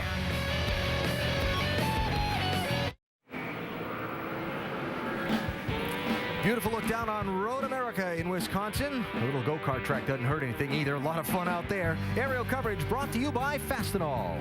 Andy broke the track record on the go-kart track. He's pretty humble. He didn't tell anybody that. That's what he's telling us, but we haven't gotten that confirmed by independent sources yet. Under green approaching halfway, J.R. Fitzpatrick just a second ago had a little excursion right in the spot he's headed to now, down the hill in turn 1. Ooh, that was a long slide. That left rear tire, that gravel trap. Look at that. He broke something right there. Traction. Yeah. Yeah. But Fitzpatrick has continued. He's in 26th place on the lead lap for the moment. Being challenged there by Ricky Stenhouse Jr. in the 6. Hey, JR's really run good on the road courses up in Canada, but boy, this weekend he has had a tough time figuring this particular track out. He's had a couple spins. I believe he's in a backup car right now. It's been a tough week for JR. And watching this 6 car of Stenhouse, he appears to be off the pace. Lost a few spots and does not appear to be fully up to speed. We'll follow up on that 6 story in a minute. This is Jason Leffler. He was on pit road a minute ago for a green flag stop. Now he's back for a speeding penalty pass-through. Well, the good news is that if he catches a caution, even this penalty won't hurt him too much because he'll be able to catch back up. He won't lose a lap, but still costs him a lot of track position and track time. This track is so big, 4 miles, like we talked about earlier. You can have a problem and get away with it. 38 back in 33rd position now, and Matt DiBenedetto in the Gibbs 20 has just gone behind the wall to the garage. Report is a broken sway bar on that 20 car. Well, that'll cripple you here at a road course. You need that sway bar to make these corners. These guys run some very, very soft springs in the front of the car. And boy, just like Andy said, without that sway bar, these things are ill to handle. It looks like they're working on top of the car, Andy, up there around the shocks or something, not underneath down there by the sway bar. Get a follow-up report from back in the garage on exactly what's put the 20 behind there in a minute. Yeah, you think if it's a sway bar, they would be actually underneath around the control arms there. Now, Jason Leffler just did the pass-through penalty? Don't tell me. In every segment of pit road. Well, they got a problem with pit road speed that they picked up on their tachometer reading. So that's going to take an already difficult day and make it a lot worse, because now he probably will lose a lap when he comes through for the next penalty. Yeah, when nobody in the racetrack's having a problem coming out pit road, and you know you've got something wrong. If the driver says, hey, my tach says it's right, but it's not right, on the caution flag or back in the garage area before this race, they set these tachometers, and they probably set it wrong. Nearing halfway in this race, watching Brad Keselowski here try to pick up a spot on Stephen Wallace. Keselowski in the 22, the championship leader. Wallace 66, Michael McDowell 81. And this is going to be for 11th, 12th, and 13th spots. And we talked about Stenhouse slowing down. Yeah, he could have been down to just maybe one gear in the transmission, not able to accelerate. We're just kind of speculating, don't know what it was, but they got to go to the garage and look and see if they can fix it.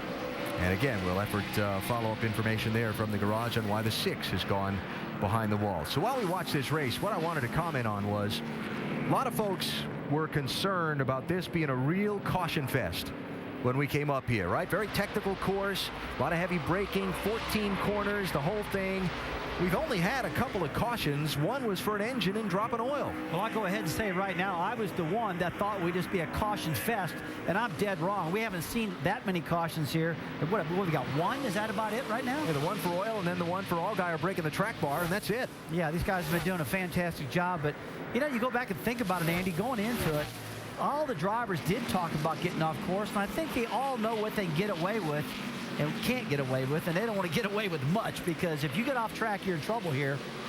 And right there, those ripple strips, they've been staying off those pretty good, too. I talked to almost every crew chief in the garage that I talked to thought the same thing. They thought that they were going to have a lot, they were going to be able to count on a lot of caution flag laps to extend their range and to figure in their strategy. But I bet you that a lot of them are rethinking that now after we've not seen anywhere near the amount of cautions we thought we'd have. And so that comes back to the discussion we had earlier about brakes. People trying to decide whether to go for the aggressive, heavy stopping power brakes, expecting a lot of cautions to cool those brakes down, or the long runs where they needed kind of a more endurance mode of brake. Yeah, you see right there, Brad Keselowski trying to use his brakes to get a spot on Stephen Wallace, but not able to do that. As a matter of fact, Stephen Wallace out-braked him pretty good getting in that corner.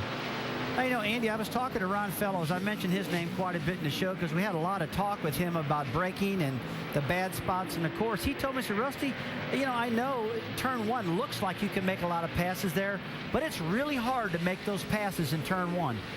By the way, 12 car, I mentioned Allgaier off the track, had the broken track bar earlier back at lap 3. Back on the track after repairs. This is the same corner, turn 5, where the car broke before. Yeah, it looks like it didn't break this time, but he did get out of the groove on those strips. Just trying to overtake the 01 car, getting down into turn 5, and just overcooked the corner, just too hot. Clear. Slides off the course. Allgaier some 20 laps down in 39th position at this point for the guy who came into the race 3rd in the championship. Halfway through the Bucyrus 200 at Road America, Carl Edwards has moved out to, are you ready, a 6-second lead on 2nd place. He's got it going on today. Faster than a road. The 2010 FIFA World Cup continues on ESPN and ABC tomorrow, 7 a.m. Eastern Time on ESPN. Slovakia takes on Paraguay, and at 9:30 Eastern, Italy faces New Zealand. Then on ABC, 2 Eastern, it's Brazil and the Ivory Coast. The 2010 FIFA World Cup on ESPN and ABC tomorrow. The World Cup available on TV, online, and on your phone. Go to ESPNSoccerNet.com for more information.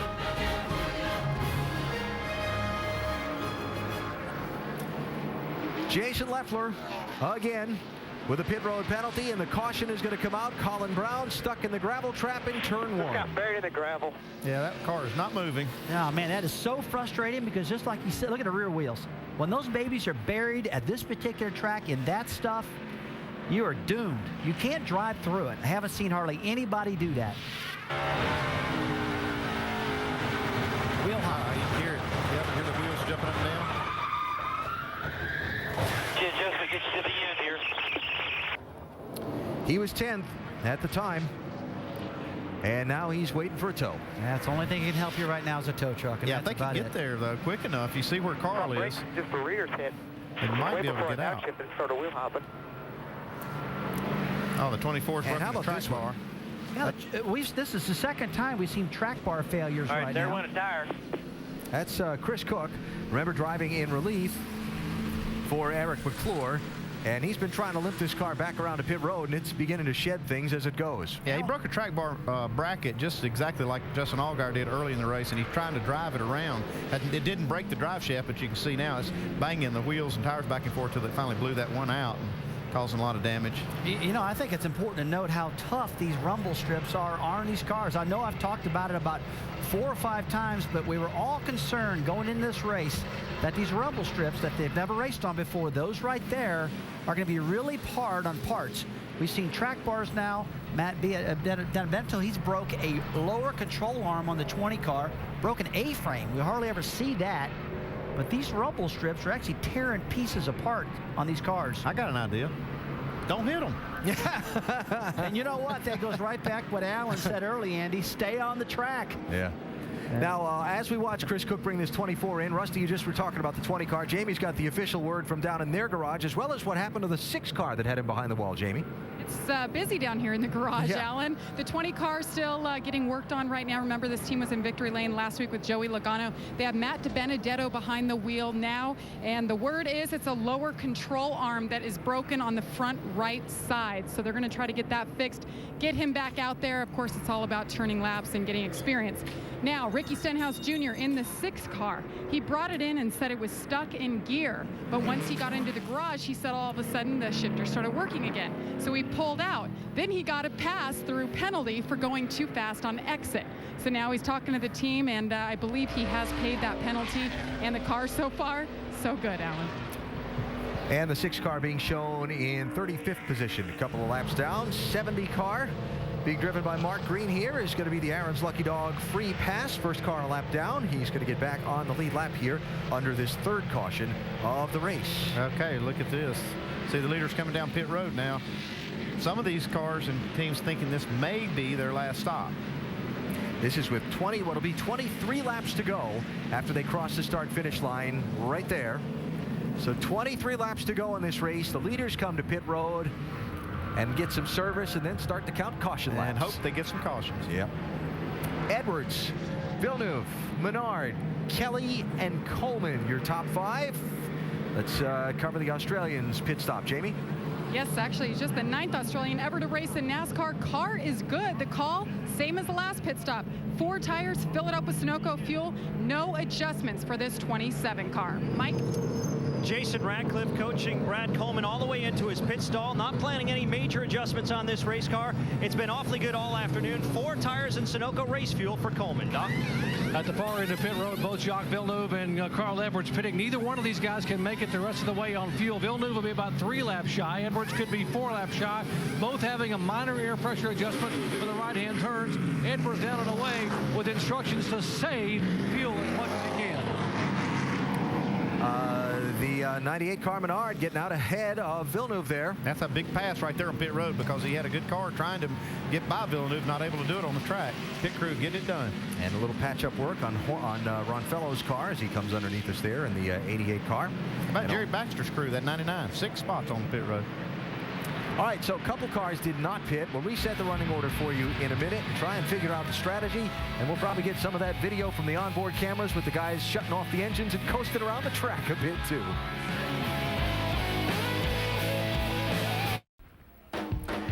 Here's what's happened so far in the 5-hour Energy Rapid Recap from Road America, the first ever NASCAR Nationwide Series race here with Carl Edwards and Jacques Villeneuve on the front row. Edwards has dominated this race.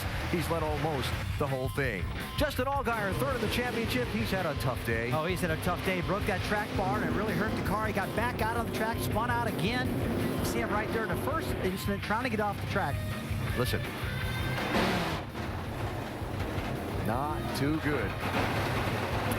So Allgaier being shown back in 39th spot. Meantime, Andy, it has just been impressive what Carl Edwards has done. Now, he's made the most of that pole position and that track position that he's had all day long, able to stretch the lead as much as 4, 5, 6 seconds. And so Edwards pitting under this caution with most of the other front runners. He got off the pit road first, but he's going to restart in 4th position. 3 cars did not pit. Patrick Long in the 90s, Steve Wallace in the 66, and the 05 car of Victor Gonzalez Jr. They are 1, 2, and 3. Long, having lane choice for the restart, has chosen driver's right. On a normal oval track, that'd be the outside lane. It's the inside here. It's the inside here, and it's his choice. Preferred groove getting into turn 1. And let's also find Colin Brown on the racetrack, the driver who brought out this caution by getting stuck in the kitty litter in turn 1. He's back in 29th place, but he's on the lead lap. Yeah, he did. Did stay on the lead lap. You see the 33 car, Ron Hornaday. He was penalized for going too fast on pit road. He went from like 8th spot all the way back to now at the tail end of the field, which there's 30 cars on the lead lap. Yep, so tough luck there for the former Truck Series champ. Ron Hornaday and his team discussing it a moment ago. Hornaday, you heard him say 2 fast exiting, right? Us? Yes, sir. No way, dude. I was in first gear at 3,000. You hear that, Ernie? He says, well, let's call in the tower. We're talking about it right now. He being a right rear and all that stuff. I didn't do nothing other than I was $3 grand in first gear. I'm going to go to 42. Well, it's hard to fight the long arm of the law. Well, it's really hard because they got it. It's a light system up in the tower. I mean, it just lights up if you're going too fast. It's not that they're using stopwatches and they're trying to bust you. Interesting here. They waved off the restart. So some of these guys toward the back end of the field, including Hornaday, are going to come in and... Yeah, they're going to top off because this is still 22 laps to go, really outside of the pit window for most teams. So they're going to try to get just a little extra fuel in here and, you know, hopefully turn this bad break into a decent break later if they've got enough fuel to make it to the end. Colin Brown among those also coming into pit road to top off the fuel. Doc, got more in the 33 for us? Well, obviously, you heard on the radio a moment ago that Ron Hornaday did not agree with the speeding penalty as he comes down and gets a break when they called off the restart, able to come down pit road, top it off with fuel. They could not have made it. They were going to be about 2 laps shy. There is damage on the right front grille and fender area. They're going to put a little barrier bond over a hole that's been punched in the car. Ron was in traffic trying to get off of pit road, dodged one car to the inside, another to the outside, and apparently what they're saying is he was dodging a car. He might have sped up in that final segment, and that's where he was caught with a speeding penalty. But he was trying to get out of the way, and of course NASCAR said too fast, and your fault. He is down and away, topping it off with fuel. Going to put him from 9th spot back to 27th at the moment. And we will reset the restart for you when we come back. So just hanging outside of that fuel window, Carl Edwards. Not leading at the moment, though he has led most of the day. Looking down on Road America as the field moves through Canada Corner on this caution flag period. Aerial coverage brought to you today by Fastenal.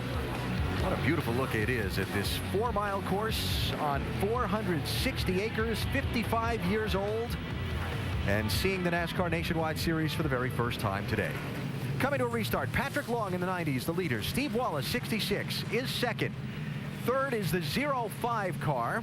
Because of the way the restart rules work, he's driver's left for the restart. That's Victor Gonzalez Jr. They did not pit those 3 cars. Then the dominant driver on the day, Carl Edwards, in that 60, who is on the inside of row 2. Jamie? And Patrick Long in the 90, you guys, you can't say enough about this team. First of all, usually this team is a start and park. Now they have all hands on deck. And the man leading the force is Kevin Buskirk. There's actually a list of like everybody's role on this team. They are having so much fun racing right now. They said this kid is the nicest kid. Just got back from France on Monday from Le Mans where he finished 3rd. They are pumped up and ready to win this race. Alan, we're getting ready to go green. 21 laps to go as they cross the start-finish line for this restart. See how quickly Carl Edwards can get back to the lead. And those 2 yellow cars there. See if Menard can finally clear Villeneuve or not. He had the position on him, but by the way they lined up, it looks like Villeneuve's going to have the preferred line getting into turn 1. Oh, Brad Coleman going to stick it down there inside. Easy. 18.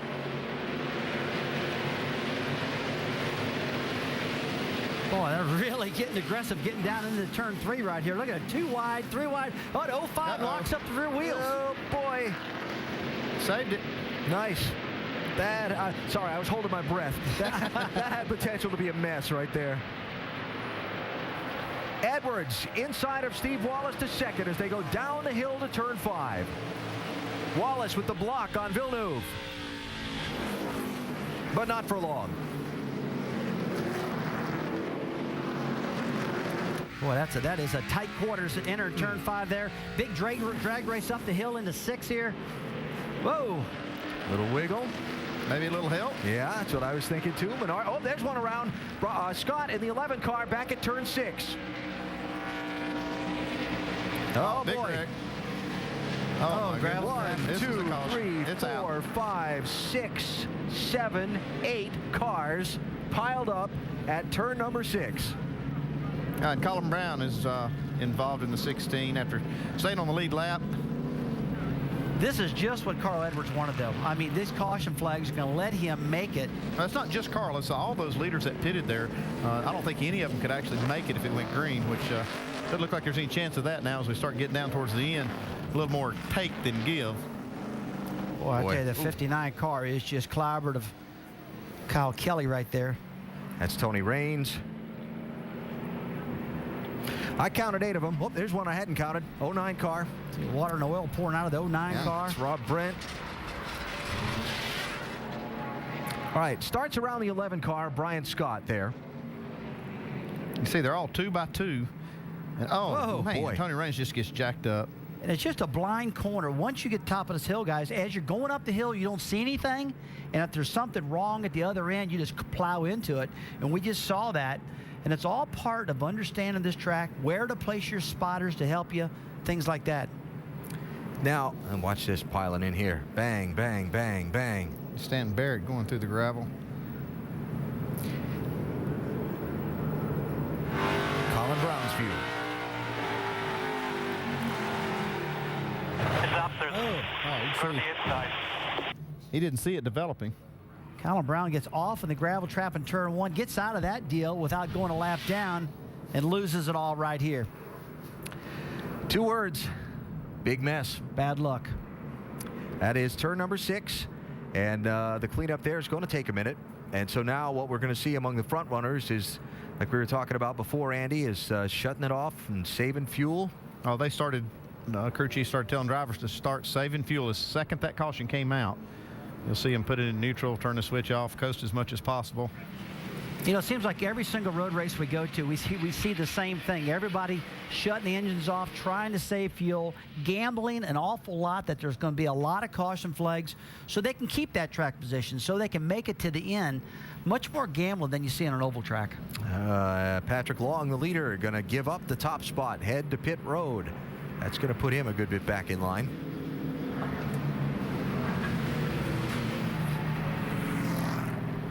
You know, I actually think these guys made some mistakes. I think the 90 car and the 66 made mistakes by staying on the racetrack, just thinking they can't make it on fuel, but probably really underestimating how many caution flags there's going to be and how much fuel they can save to make it to the end. That's all about gambling. And you know what? I don't know how to gamble. When I did gamble, I lost everything. Here is Patrick Long into the pits, Jamie.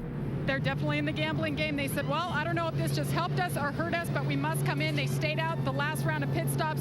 4 tires and fuel, no drink needed. They're going to just gamble here and see if it pays off for Patrick Long. Doc?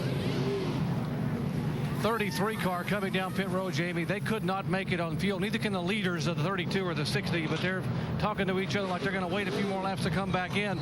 Topping it off for Hornaday, and the car stalls briefly as he tries to get it back in gear, and it falls out of gear. Then he puts it back, and now he's pulling away. But still questionable whether Hornaday can make it from here. Well, that's still questionable for a lot of cars and teams, but you see the reason that Hornaday pitted here is he didn't have a lot to lose. He was already at the back. He didn't give up a lot of track position to get that fuel tank filled back up. On the other hand, you know, Carl Edwards and Villeneuve, Menard, all those guys in the front would give up, 30 spots to try to get in here now and put fuel in their cars. They're going to gamble on having some more cautions. Very clean race through the first half of the distance today at Road America, but the second half of the race began with a bang. A 9-car pileup after a restart in turn number 6. The blind uphill left-hander that has left the track crews with a little bit of work to do to get us back under the green flag.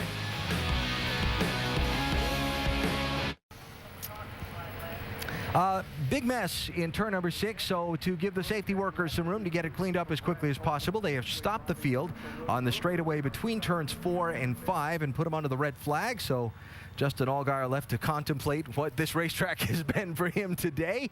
And some of the other front runners taking a little bit of a halftime breather in the inaugural Bucyrus 200 at Road America for the NASCAR Nationwide Series. Carl Edwards is the leader. Big crash. I got my count up to 11 cars now in this one, Andy. They just stacked them up off turn 6. What a mess.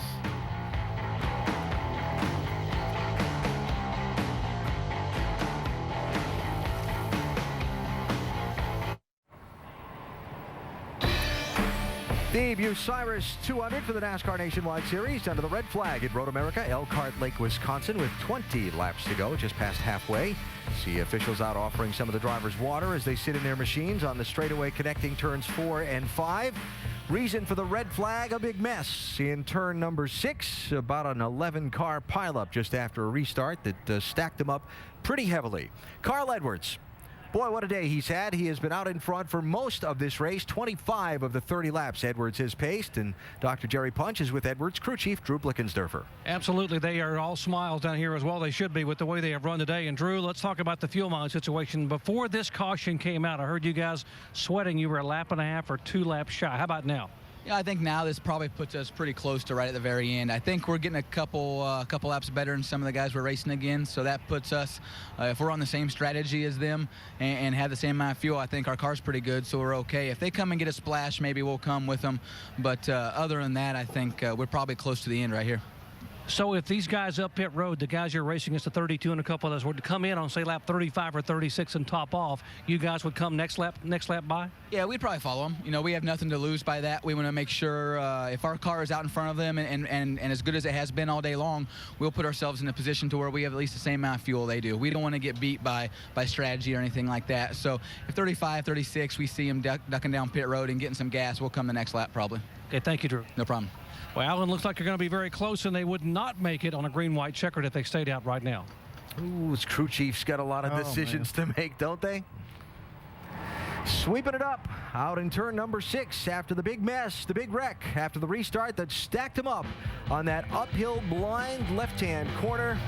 It has left us under the red flag. Here was Colin Brown's view of things. It wasn't a pretty one.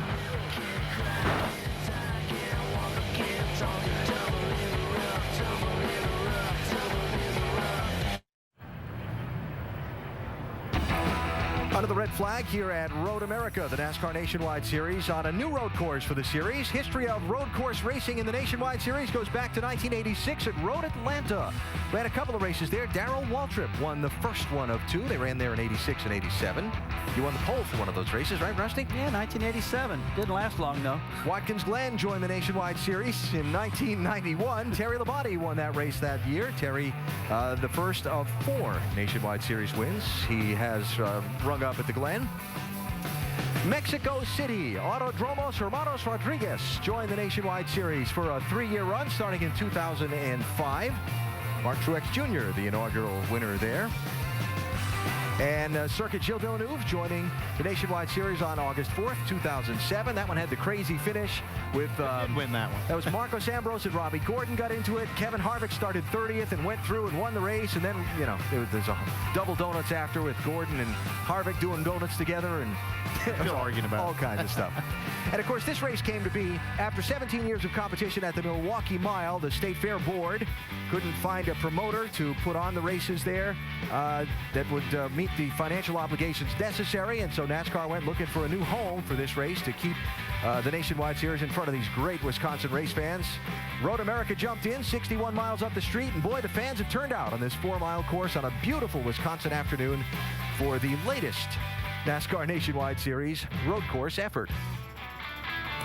Handful of drivers in the field have experience on this Road America track, and most of them are having pretty fine afternoons, Andy. Yeah, they are. You see Jacques Villeneuve in second place. He and Paul Menard have had a great battle so far, trying to swap spots on the track and on pit road.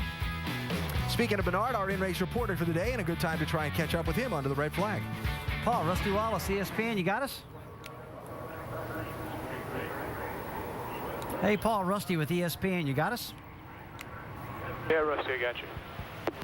But it looks like a pretty smooth race. You have any struggles out there? No, everything's pretty good. Made a little adjustment the first stop. Helped it. Went a little bit more this last one. And I don't know what's going to happen here. You know, Carl's real fast. We're all kind of running the same times. Villeneuve, man, I can tell why he's world champion. He's driving the hell out of that thing. It's cool to watch. But I think we can get by him and go challenge Carl. Paul, 14 corners out here. Which one of the corners is probably the biggest struggle for you and hardest to get through?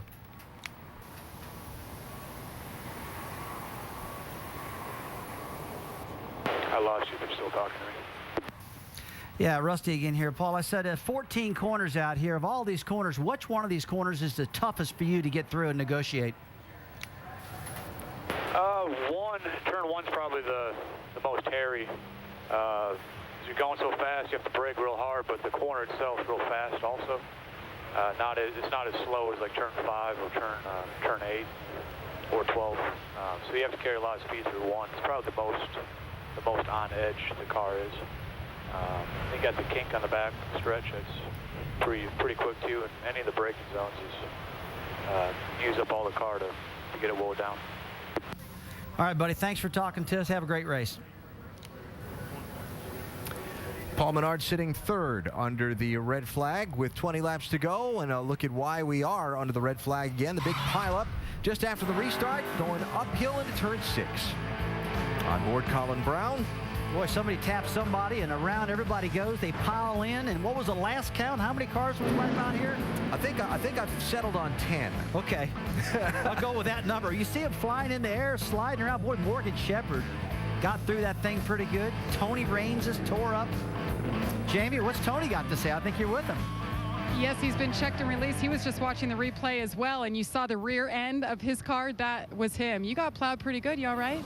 Yeah, the fish got run over, but you know, it was disappointing. I was just surprised how hard he hit me. I don't know if his brakes faded or something like that, but you know, we have those jam ups on the restart quite a bit, and it looked like somebody ahead of me had got jammed up, and I slowed up, but you know, I don't know why I got hit so hard, but turned me sideways, and then Leffler in the 38 come in there and knocked the whole front end off, and just in the wrong place at the wrong time. And we weren't running horrible, but we weren't real good. I think we were 23rd or 24th, something like that. But you know, we've been working real hard not to get in wrecks all season, and DNFs like this kind of hurt us in the points. But I think that car's going to need a lot of work before it comes back out again. So well, you know, I was learning a lot. First time I'd ever been here. It's a great facility. You know, give a hand to all the people that work here. They do a great job, and I think, judging by the crowd, we'll probably be back next year. So maybe I'll come up here and test or something. But you know, it's a short day, but you have those once in a while. So we'll get ready and go on to Loudon. Glad to see you got a smile on your face. He's okay, and he mentioned points, Alan. He came into this race sitting 11th. Tony Raines, one of the 10 drivers involved in the big wreck that's put us under the red flag now for a few minutes. 20 laps to go. Field parked on the straightaway between turns 4 and turn 5.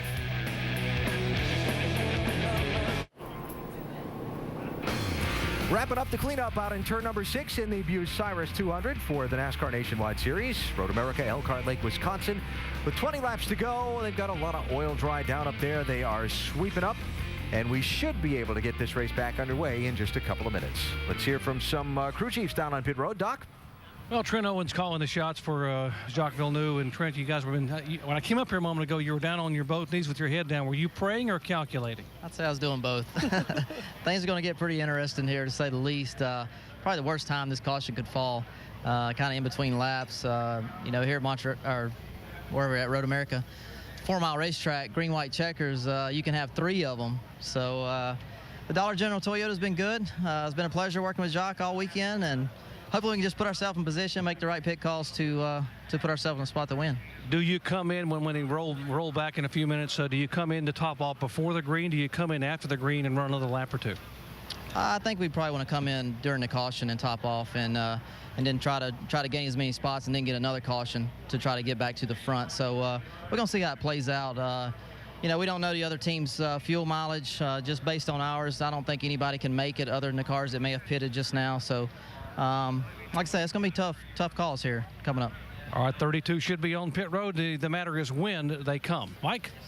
And catching up with Scott McDougal, the crew chief for Stephen Wallace. And you stayed out while most of the leaders have already pitted. I'm sure there's a pit stop coming soon.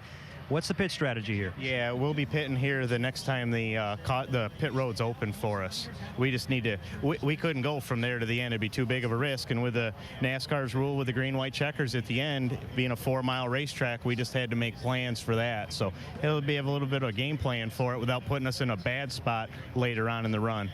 And in addition to taking fuel, Jamie, they're also going to put 2 spring rubbers in the rear to stiffen that car up. And Newt Moore, he came off the pit box here to take a little break. Victor Gonzalez, your driver today, sitting 8th right now, though, Newt. Once we open up these pits, what's your guys' strategy? We're going to pit one more time. We planned on pitting on lap 32, and that would have got us to the end with the green-white checker, and probably going to have more than one attempt at that green-white checker. So that was our game plan, so we kind of stuck with it, and we were almost in the way out there a minute ago, but Victor done a good job. Car's decent. We're working on it, get a little bit better. 31W installation, state water heater, Chevrolet's pretty good. I know he said he's a little thirsty in there. He couldn't find his water bottle. Did you guys get him all squared away? Yeah, he found it. Yeah, he kind of should have just put it in his hand before we took off. We'd have been better off, but he's doing good, doing a real good job. All right, holding a pretty wheel. His dad watching on. His dad surprised him, flew in last night to watch his boy race. Alan. All right, Jamie, thanks. So we are up to 23 minutes of red flag, and I guess if you're running back and forth between racetracks 1,800 miles apart, a little red flag nap's a good thing. Yeah, you got to find the time to do it, so it's a good time. Now, check out the shifter knob here inside the 60 car. Earlier in the weekend, right, that was what the 60 car started the weekend with, but they decided to change it out to this. Eric Darnell practiced the car here on Friday, so when Carl shows up and gets in the car this morning for qualifying, watch this. What's this, guys? What is that all about? Can we change it? Come here, I want to talk to you. No, we can't change it. What'd you do? Hey, man. What is this all about? It's working, though. Yeah. It's working pretty good. He's going to keep that shifter knob in the car every road course. He's going to carry that shifter handle with him to Sonoma tomorrow. If that car would run like this one has today. So Carl Edwards sitting under the red flag right now, 20 laps away from another road course win. Steve Wallace, I guess we got to find something to do under the red flag.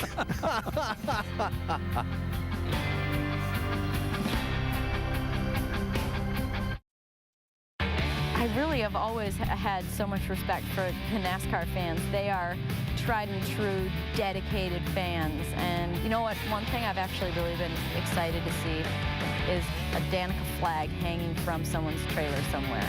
I just want to see one. I think if I see that and, you know, there's a few people cheering for me, then I will be okay. Now, Danica Patrick joins the NASCAR Nationwide Series, along with some of the Sprint Cup double-duty guys like Kyle Busch, Kevin Harvick. They'll all be there at New Hampshire next Saturday, 2:30 Eastern Time on ESPN, as ESPN's exclusive coverage of the NASCAR Nationwide Series rolls on up to the Granite State. 23 New Hampshire races, 23 different faces in Victory Lane. We'll see if we can make it 24 next Saturday at New Hampshire. Hope you'll be with us for that. We are sitting under the red flag as cleanup continues up in turn 6 from the Big 10 car pileup about a half an hour ago now. We've been talking a lot of fuel strategy and getting fuel to the finish, and getting all the fuel out of the tank you can could be very critical. For more on that, we go to our Craftsman Tech Garage and Tim Brewer. Tim? When it comes to road racing, we change a lot of things on the race cars. One being the fuel pickup. Historically, we'll run the fuel pickup in the far right rear corner on all the ovals because the centrifugal force forces all the fuel over in this area, and we know where to put it to pick the fuel up. But when it comes to road racing, we put this insert in here. What we have here, when you deaccelerate, we've got a flapper door right here that contains the fuel in this area. But when you're turning left or right, it always makes sure that it keeps the box full. Because the trick is, on any fuel cell, if you put 18.7 gallons in this container, you're supposed to get 18.7 out to give you an opportunity to win the race. Yeah, you see how they put that fuel cell pickup in there, and that's it's key to being able to try to get that fuel out of there, because these left and right-hand turns, it's just very, very hard to get all of the fuel out of the fuel cell. Well, as Trent Owens said, Jacques Villeneuve's crew chief a minute ago, this is about to get really interesting. Yeah, it is. With the fuel strategy to the finish of this one. 20 laps to go at Road America as we still sit under the red flag.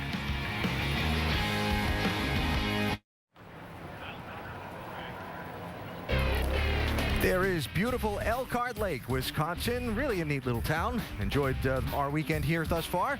Looking across from the lake to Road America from our Fastenal Helicam. Aerial coverage brought to you by Fastenal. They've just withdrawn the yellow flag, or the red flag rather, put the yellow flag back out, finally, after about a half an hour. And the field going to get rolling now and come back around toward pit entry. And see if anybody does come off the track and onto pit road. Let's find out what some of the front runners teams are thinking at this point. Doc? Up here with Matt Pusha, who's been talking to Paul Menard, and you guys are about in the same situation as some of the others on fuel. How close are you? It's pretty close right now. I think we get a couple more caution laps, we'll be fine here, but I don't know, we'll just have to see how it plays out here and how many more we get. If we get one or two more laps, you know, this is we got 20 laps to go, and caution usually breeds other cautions, so we'll just have to see how it plays out and see how we play our card. You were down talking to Drew Blickensderfer. He said a moment ago, if the guys you're racing against come, or he's racing against come, 35 or 36, they might come to and top off and take tires. What do you think? Yeah, you got to think about that. You know, our car's pretty good, and we don't want to get outbeat by somebody with fresher tires. So let's see how it plays and see who we're racing, the people we're racing, what they do, and we'll go from there. Thanks, Matt. Thank you. Jamie? All right, John Reese, we mentioned it earlier. He is not only being the crew chief on the 27, you're actually going over the wall, and you're the jack man too. So what's the plan this stop? First of all, you guys got to get a good stop in, but what's the call? Yes, I think we're going to go with fuel only. We were talking about getting tires, but we've only got 3 laps on these tires. So, I mean, we can pack her full right here, and we can go the rest of the way. And he's been doing a heck of a job all race, and we'll get him up there back up front and get us a win in this place. You having some fun? Oh, yeah, I'm having a good time. Not something we see every week, Alan. Yeah, that's for sure, Jamie. Thank you. So field rolling now down around the carousel out of the backside of the course. And when they come back around, we'll see who chooses to come down pit road or not. 31 minutes, 33 seconds, the red flag for the cleanup. And then we'll have the pit stops and then go back racing. Well, all I can tell you right now, we learn a lot when we go to brand new racetracks, and I think we just learned we need a faster broom truck. All right, so Andy, you've heard some of these crew chiefs talking. You heard the interview with Drew Blickensderfer a little while ago. You just heard Matt Pusha and some of the other front runners, and you heard Trent Owens, Jacques Villeneuve's crew chief as well.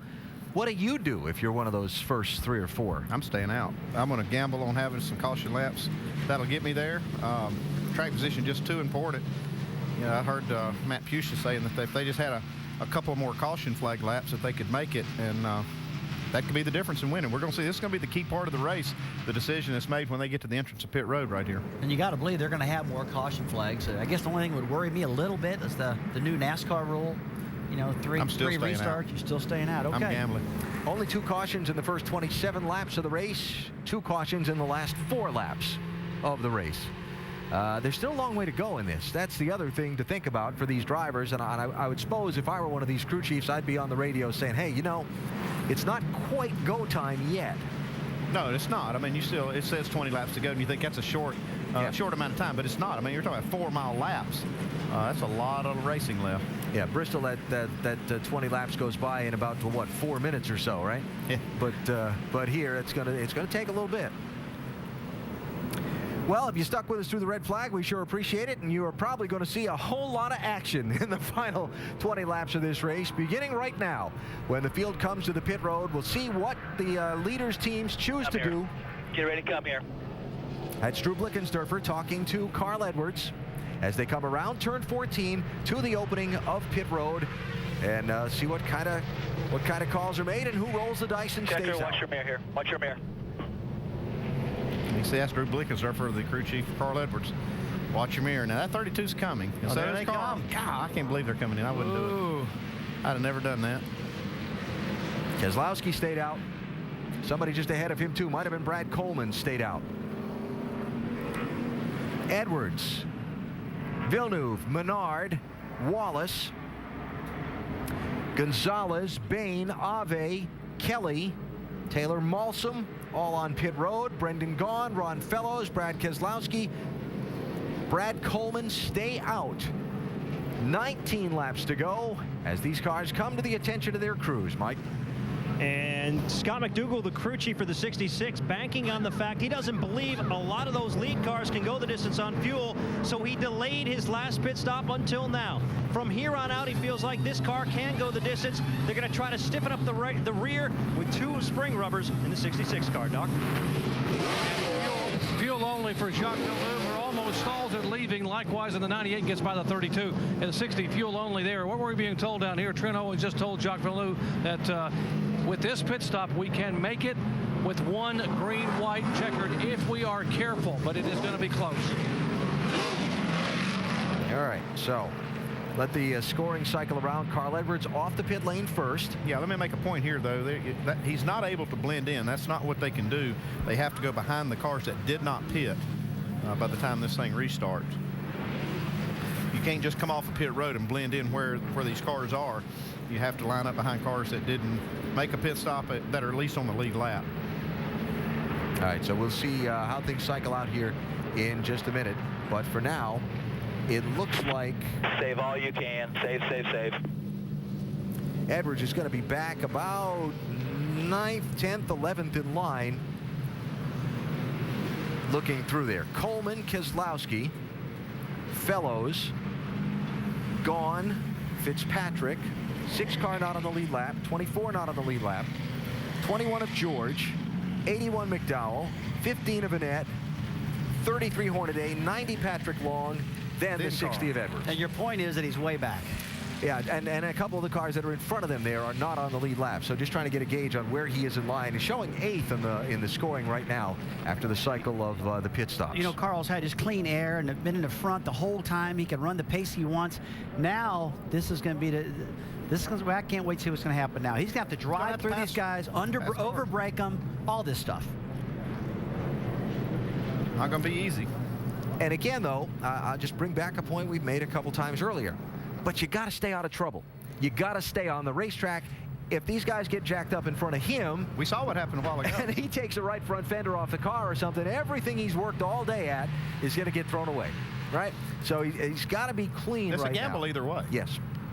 He's got to be clean, and he's got to get through some of those cars, and he's got to do it without getting knocked off the track or damaging his car.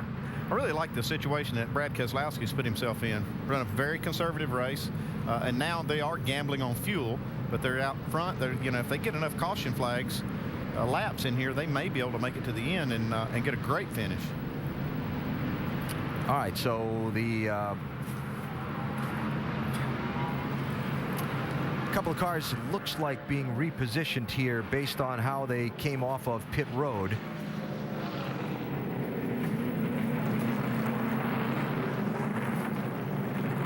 So I think a couple of those cars that are going by Carl didn't pit, and he, back to what you were talking about. They have to line up. The cars that pitted have to line up behind cars that did not, and with a big track, long track like this, that's what makes it an issue, because sometimes they're not by that pit road exit by the time these cars come out, so they have to actually wait on them to get by before they line up. All right, so while we watch these guys get ready for the restart, Doc is in the 60s pits. Doc, what are they thinking? Well, let's check in with Drew. And Drew, you had to make a decision there to come in when the other guys came in and top off, or you could, now that you're back in heavy traffic, or you could have rolled the dice and stayed out. Do you think you made the right call? I think so. I want to be on the same fuel and the same strategy as the cars that were as fast as we were, I thought, on the racetrack. So if we had the same amount of fuel as the 32, the 98, and some of those guys, I think that puts us in a good position. Okay, his guy's back in traffic, but he wanted the extra fuel window there in case they have to go green, white, checker, but he's got a lot of work to do. All right, Doc, so we are not going green this time. And so we will take a break, come back, line them up for the restart, and get this thing back underway, hopefully. Coming to 18 laps to go, and Brad Coleman is the new leader of the Bucyrus 200 at Road America.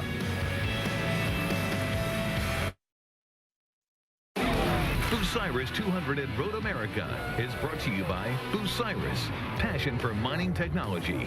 Your Honda dealer. Go to shophonda.com to enter for a chance to start an IndyCar race with Mario Andretti. And Lumix digital cameras, compact with impact from Panasonic, ideas for life. Looking down on beautiful Road America from our Fastenal Helicam as we wait for this race to get back underway. Field working its way down to turn number 3 of the 14-turn, 4-mile Road America course with right now Brad Coleman being the race leader. Coleman among those who chose not to pit under this caution flag. Let's hear from his team. Why, Mike? And catching up now with Jason Ratcliffe. And we heard on your radio not too long ago before the red flag asking Brad to save fuel, yet you didn't bring him down pit road. I would think that's a pretty obvious sign that you feel pretty good about it. Well, we're close. You know, this extra caution lap, maybe one more, should put us right at 50. So it's going to be close. We got 29 laps to go, so the odds of getting more caution laps from what we've seen so far are pretty good. So if we can get another couple more, we should be good to go to the end. Rolling the dice, but they feel pretty confident, Doc. And let's see what they're thinking down here in the Brad Keselowski pit. Paul Wolf, you guys opted to stay out. Comfortable? Can you make it on fuel? Yeah, we're good with Discount Tire Dodge. Brad's done an awesome job all day just staying out of trouble, and now we got our track position.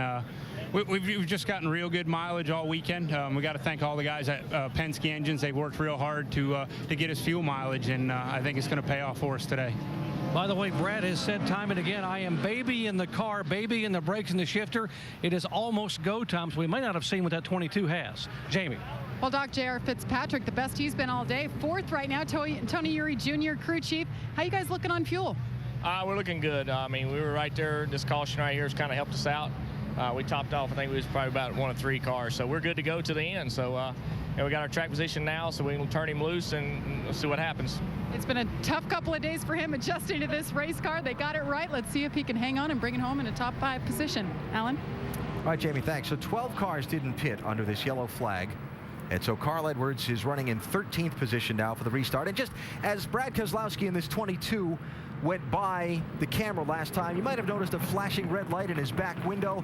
Remember that coming to a road course, these teams have to be equipped to run in the rain. So not only do they have on the front windshield a mount for a windshield wiper, which they could put on in a pit stop if they had to, but in that back glass they have to have a marker light that would be an aid to the cars behind them trying to see them through a rooster tail that might be thrown up if they were running in the rain.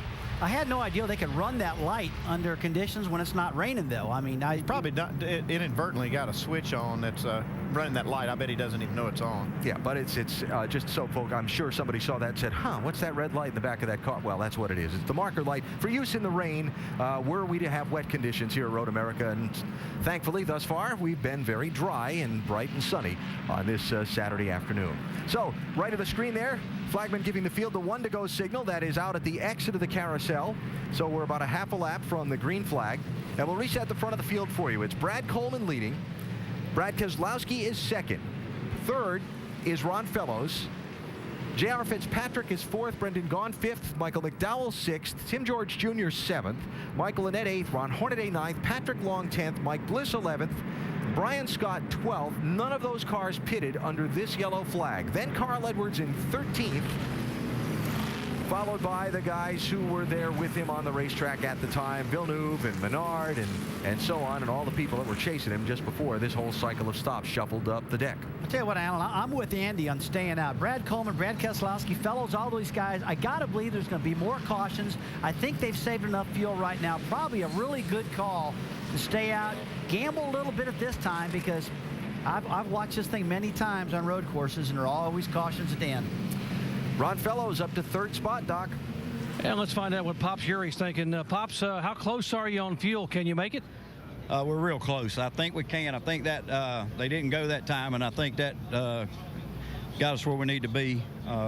It's going to be close. It's definitely going to be close for sure, but Ron's doing everything he can to save, and that Chevrolet's getting pretty good gas mileage today, too, so you know, pretty happy where we're at, and we just got our fingers crossed. Hopefully we can.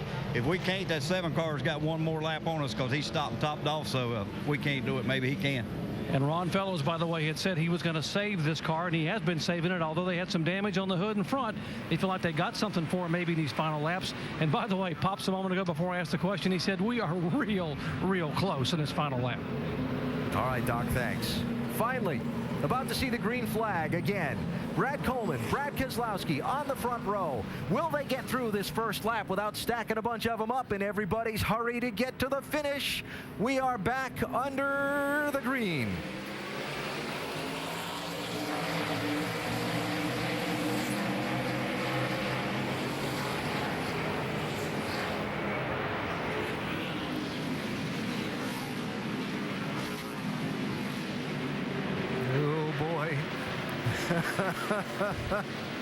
They try to get that inside lane, just can't seem to pull it off. Take a look at Fellows on the inside trying to make a pass and gone.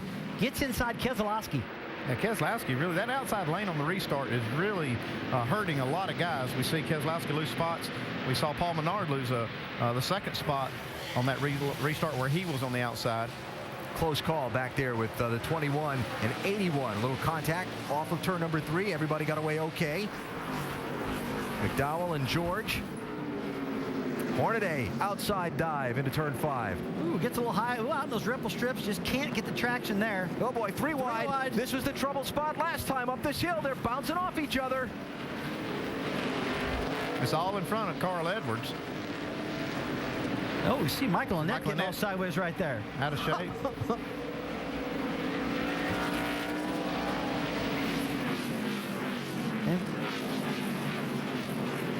Uh-oh, there goes the 21 getting punted. No. He's going to save it, though. What Carl Edwards must be thinking in the middle of all this and watching it happen in front of him. Carl's like, you guys go ahead and clear yourself out of the way. I'm coming through. You got to believe that he's going to get aggressive now and just charge right through this pack. He's had the best handling car. The front end's turned real good on it. And that's what you got to have if you're going to pass cars here. A good turning car and good brakes. Well, he's not getting any brakes from some of the cars in front of him, though. All these cars are racing Carl Edwards for these spots. Oh, boy. That's Bliss. Over. Man, see Patrick Long all over him. Just mentioned Long knows what he's doing. Finished. Oh, Villeneuve, 3 wide to the inside in Canada corner. Is he going to make it stop? Oh, man. That was a great move. Look at Carl now getting off the course. Woo. Wow. That might have been the race right there. That was a big, bold move from Villeneuve.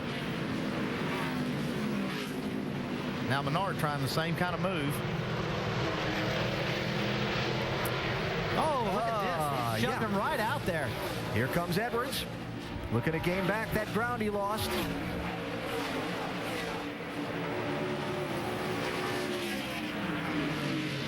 Bottom of the screen, Brad Coleman pressured by Brendan Gaughan for the lead. Farther back, here's Villeneuve. Somebody locking up the brakes down into turn 1. A lot of smoke. That's not just brake lock up there. Is that McDowell? That's a lot of smoke out of McDowell's car. Yep. And the right front broke. Something in the right front broke is what he just said on the radio. Yeah, he's got, it looks like it might be engine. Said something in the car broke. A lot of smoke. Yeah, something just broke. It could be a tire rub on that right front, though. He was 6. I'll pull over into the grass over here. Try to get it off the next escaper. Yeah, I don't know what happened. Something in the motor just broke us all. He was 6th at the time. We stay under green. This is for the lead. Coleman, Gaughan, Fellows, Keselowski. Yeah, those three have really got a good car. Brendan Gaughan really loves road racing. Enjoys this car. Came up here and tested a historic car about 2 weeks ago. Learned a little bit about the track from veteran road racer Butch Leitzinger. Butch taught him a lot. Looks like it's paying off for him. I'm still thinking about that move Villeneuve made into turn 12 there last time by into Canada corner. That was cool. That might just be the move of the race. We'll see how it plays out.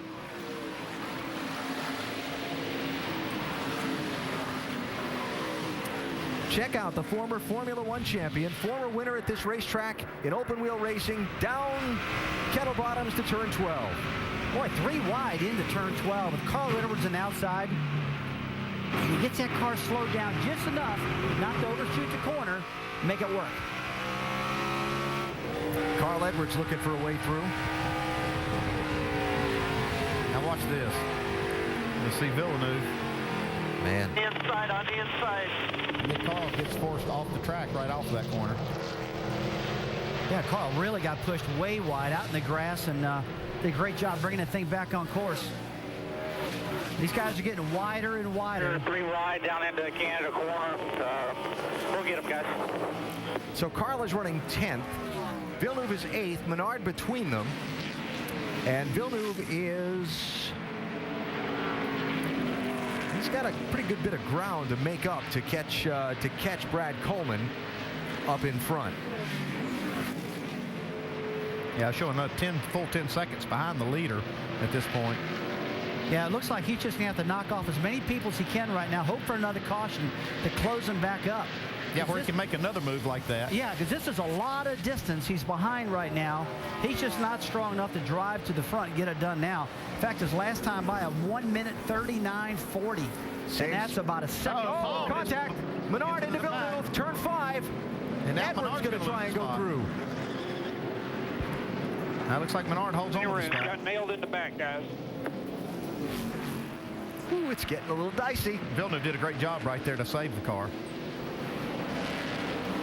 And what I was about to say, Carl was about 3/4 of a second faster when he was leading. Now he's almost a second slower than the leader being in the back like that. This is going downhill to turn 5. We talked about it being a trouble spot and a passing opportunity. It was both. Oh, yeah, you see him wheel hopping. I heard Paul Menard's car wheel hop. Yeah, wheel hop. He couldn't stop. Let's listen to it. Oh. Then you see the wheel hop start with Villeneuve.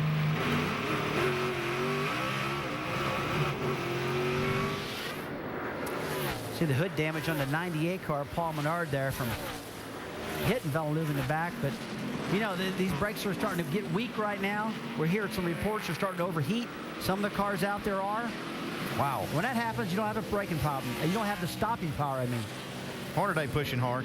This is for the lead right here. That was J.R. Fitzpatrick throwing up all the dust off of Canada corner. Brad Coleman leading Brendan Gaughan. And they're actually pulling away from Fellows, who's a fantastic road racer, driving Dale Earnhardt Jr.'s car, which has been good all week long. Great rally for the 62, by the way. Remember, he spun early in the race, lap 4, fell back to 19th place, then had that lucky the break. They pitted under green, and the caution came out just after they got onto pit road. And that saved him so much track position and got him back in the race. He's got a shot to win now. The only bad thing about this with Gaughan and 18 car Coleman and Keselowski, yeah, all these guys, they can't save fuel. They're all running hard. They're getting pressed, so they can't coast a little bit. Oh, contact there. Oh, Tim George into Ron Hornaday, around, and crunch. Not sure if Villeneuve didn't catch a piece of that. Man, that's some damage on that side of the 21. Out of 2. Yellow's out. Wonder if somebody else got into the 21 to cause that. 21 shit just punted us. 5th caution flag of the race. Richard Childress Racing and Kevin Harvick Incorporated cars tangling in turn 3. Track bars broke on the 33 car. See the back of the car? I think he's got more problems. Don't burn that motor up. Don't burn the motor up. See underneath the back of the 33, the bar dragging on the ground. He's just broke apart also there, Andy. It was probably from the contact they had when the 21 car got in the left Gotta rear. go behind the wall, put a track bar on it real quick, guys.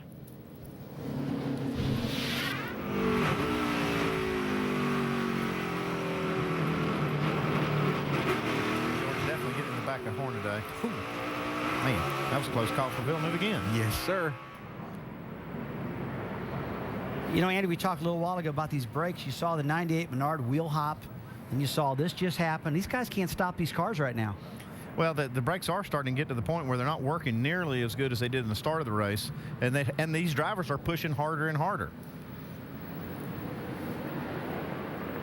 Yeah, so that was a race for 7th, gone bad, in turn number 3. And probably going to send both the George and Hornaday cars behind the wall for repairs. See that track bar on the 33 car just hanging down as he tries to limp back around for the caution flag. Tell you what it does do for Menard and Edwards and Villeneuve. It takes 2 of the guys that were in front of them out of the running order. And for Jason Leffler, he of the 3 times pit road speeding penalty, It gets him the Aaron's Lucky Dog free pass. He was the first driver a lap down. He'll come back around onto the lead lap now. Jason Leffler running in 28th position. And he's thinking, thank gosh, finally. He's got some damage there. He was involved in the big wreck up in turn 6 that put us under the red flag for some 31 minutes. So for Carl Edwards, the pit strategy cycled him back in traffic. Then got shuffled out in the jam as the guys who had been the leaders tried to get through some of the other guys who didn't pit down at Canada corner, lost those few spots. Then he got around both Villeneuve and Menard when they tangled in turn 5, and now he was about 7 seconds behind the leaders, Coleman and Gone, and the yellow flag closes that all the way up. And Carl's going to have a whole lot better shot at this thing. Yeah, he's still going to be behind Paul Menard. I think Paul was able to stay in front of Carl, but they're going to be about 7th place. I think where Carl will start, 6th place for Menard. You would think as fast as Carl Edwards' car was, he would be able to pick up more spots than only 5 since that last restart. And it just goes to show you how big this track is and how hard it is to pass on this place. Like I said earlier, he was a second slower, guys, back in this pack than he was leading. You know, the other thing we were seeing on that last restart was some awful defensive driving from some of those guys up front. Especially down in turn 1. All right, so we are under caution for the 5th time after trouble in turn number 3 between Ron Hornaday in 33 and Tim George Jr. in the 21. Slides through the middle there. Woo, close. 35, Tony Ave. Nice move at the Bucyrus 200. This copyrighted telecast may not be reproduced, retransmitted, or used in any form without the authorized written consent of NASCAR Broadcasting. NASCAR would like to thank all of our loyal fans for your continued support, and we hope you enjoyed today's broadcast. Just after the last restart. The Bucyrus 200 presented by Menards at Road America. Make sure to go to NASCAR.com for all your latest NASCAR information. Just part of our weekend's motorsports coverage here on the ESPN networks. It's the E3 Spark Plugs NHRA Thunder Valley Nationals qualifying from Thunder Valley in Bristol tonight at 7 Eastern on ESPN2. And the finals tomorrow at 4 Eastern also on ESPN2. NASCAR now going to wrap up the weekend's road course action with the roundtable Monday night, late night showing, midnight Eastern time, ESPN2. And then next weekend it's on to New Hampshire. Our coverage on ESPN Saturday at 2:30 Eastern time as the NASCAR Nationwide Series heads to the Magic Mile. Danica Patrick, Kyle Busch, Kevin Harvick, all those guys back in the field with Brad and Carl and etc. And that is next Saturday afternoon from New England. Caution flag out for the 5th time in today's Bucyrus 200. This one after Ron Hornaday and Tim George Jr. Collected each other off of turn number 3. Hornaday has driven his car to the garage. I believe this last caution right here, guys, probably tuned everybody's concern about running out of fuel right up. It's probably got it where they can make it now. Now I want to go back and look at something here. When they were going down that back straightaway, the Kettle Bottoms, into turn number 12, we saw a lot of guys, how shall I say this, defensively driving. Yeah, you'll see to try to defend a move like you saw Villeneuve make, where he uses those brakes to drive in there under somebody. The way to defend against that is to try to pull over and take away the lane. But that can get you spun out as well. Yeah, and you know, in other forms of racing, road racing series, open wheel racing, so on, they have a rule. You know, you can pick one line, but you got to hold that line. Once you know, for example, you're going down that straightaway, you can select driver's right, the inside line for that corner, but then you got to stay there. If you change lines, you're subject to a penalty. Well, in NASCAR, it's a free-for-all. You can do whatever you want out there. That, boys. You don't have to worry about the rest of the guys, that's for sure. So it's going to be interesting to see if there's more defensive driving here this time when they go down some of these straightaways. Now, one thing I should say also, on these road courses, on restarts, these cars don't handle real good for about the first lap. I mean, they got to get the heat back in the tires, get the brakes kind of warmed back up. I've seen a lot of problems on restarts on road courses because these cars just don't handle as good. Jamie? Well, guys, Ron Hornaday Jr., you see him there in the 33. Ernie Cope, crew chief, on the left-hand side. He said, guys, this is going to be a quick fix. We don't need jack stands. Let's just jack the car up on each side. That's what they've done. They did just top it off with fuel. They put 4 new tires on there. They went inside the cockpit and actually re-hooked up the air cooling system. You Pierre get fired up there. They push him away. They're going to try to salvage some points. Remember, KHI going for the Owners' Championship. Alan? Going to be one lap down. And the better part of a second here by the time he gets on the track and motors away. Doc? Yeah, I checked with Brad Parrott on the 62 car. I said, when you guys pitted on lap 27, can you make it? He said, Doc, what is my sponsor? I said, my sponsor's a casino. I said, I'm paid to gamble. He said, so I'm going to gamble. He said, my car owner hired me, and if we get this close, I'm going to gamble. That's why he's got me here. So they're gambling, but it's really close, guys. It's a good point. Sponsored by a casino. I haven't thought about that one. Restart, 12 laps to go. Carl Edwards in 7th spot. Brad Coleman leading in the 18 car for Joe Gibbs Racing. It is Brendan Gaughan gambling on the outside of that front row. And championship leader Brad Keselowski in the 22. There along with Ron Fellows as we go back at it. You've seen that guy on the outside not be able to hold that spot getting into turn 1. Keselowski's in there. Oh, boy, too far he's in really there. In there. The leader bumped aside. Keselowski goes through into the #1 spot, but for how long as they go down the hill? Well, I know Coleman lost some positions, but that was cool, keeping it on the track versus getting in those gravel traps. That'd have ruined his day. Oh, look at Villeneuve making another 3-wide move. Coming through. Oh, Menard's got big damage on that hood. Gone. Keselowski side by side for the lead. Villeneuve 3rd, Fellows 4th, Edwards 5th. Keselowski couldn't quite get it rode down last corner. What's going to happen here? Look at Villeneuve on the inside. He can't stop. He's locked up. Yeah, he's going to hurt that left front tire doing that. He's going to get the spot, but did he have to pay the price with that tire getting flat spotted? He's going to get the lead. Brendan Gaughan wide off turn 5. Villeneuve to the front. Here comes Edwards for 2nd. And where'd Carl Edwards come from? Look at that. All the way up in the 2nd spot now. He came from 7th on the restart. Woo! 7th to 2nd? I mean, what a job. Well, look at that left front tire just smoking big time at Jacques' car. And look at all those cars wiggling as these guys lean on those brakes coming into those corners. Wow. See, once you flat spot a tire, every time it'll want to find that same spot when you're under hard braking and make it even worse. So Villeneuve's going to have a hard time holding off Carl Edwards if he flat spotted that tire. Yeah, I would have thought he would have had a problem going through turn 9 just then, but I'm sorry, the carousel. It didn't smoke, but it doesn't have near the downforce in that carousel as it does under braking. So we'll watch the next braking zone for him. Through the kink down to Canada corner. Farther back, Keselowski racing Fellows. 4th place there. There's Villeneuve again leaning on that left front. You know what? It wasn't flat spotting. It was rubbing that fender where he's got damage. That's why we see so much smoke. He probably was not locking that tire. Uh-oh. Got one around. 23 car, Alex Kennedy, the youngster from New Mexico, right in the middle of Canada corner. Track blocked. And the caution's out. Boy, nobody can see anything. Mike Bliss right in the door of him, too, the 40 car. Looks like he's got big damage in front of his car. See the radiator fluid flowing out from that 40 car? Look at all the gravel scattered everywhere. Oh, man. Late in these runs, these guys Fired just up if we can. Let's go. Come on can't around. be patient. And I still think this brake's a problem right now, Andy. I think these guys can't slow these cars down. So Mike Bliss and the youngster Alex Kennedy find trouble in turn 12 and bring out the full course caution once again here at Road America. Top of the screen.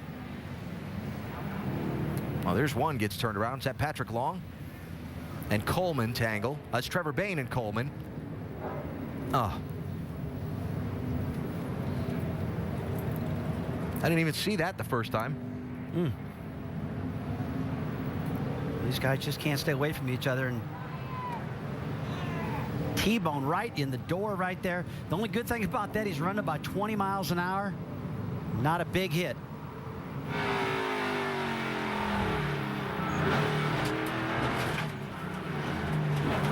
Oh, boy. Colin Brown. Now from Steve Wallace.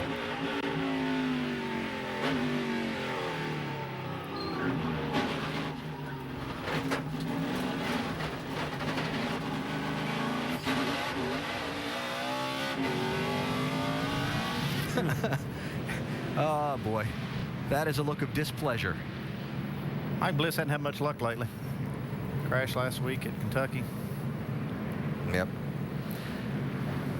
And there is Kennedy's car coming to pit road.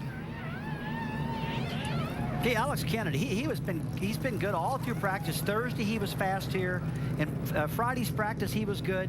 This has been a car that generally we don't see up front of the pack a lot. Obviously he's had problems today, but it was fast all week long. The guy did a great job, but just late in this run, everybody crashed and sliding off the course. Off the left front of it. 18-year-old recent graduate from Aztec, New Mexico High School, and making his Nationwide Series debut today. Not the graduation present he was hoping for. Yeah, he just said the left front brake rotor was broken off that car. Is that what he said? They have something broke in the left front. Didn't know exactly what that was. If it's a brake rotor, they'll have to go back behind the wall and fix it. The brake, left front rotor's broke. Yeah, they'll have to go back behind the wall and fix that. Well, through that whole adventurous run from when we got the restart with 17 to go to when the caution flag came out with 12 to go, Doc, the 32 car ended up back out front.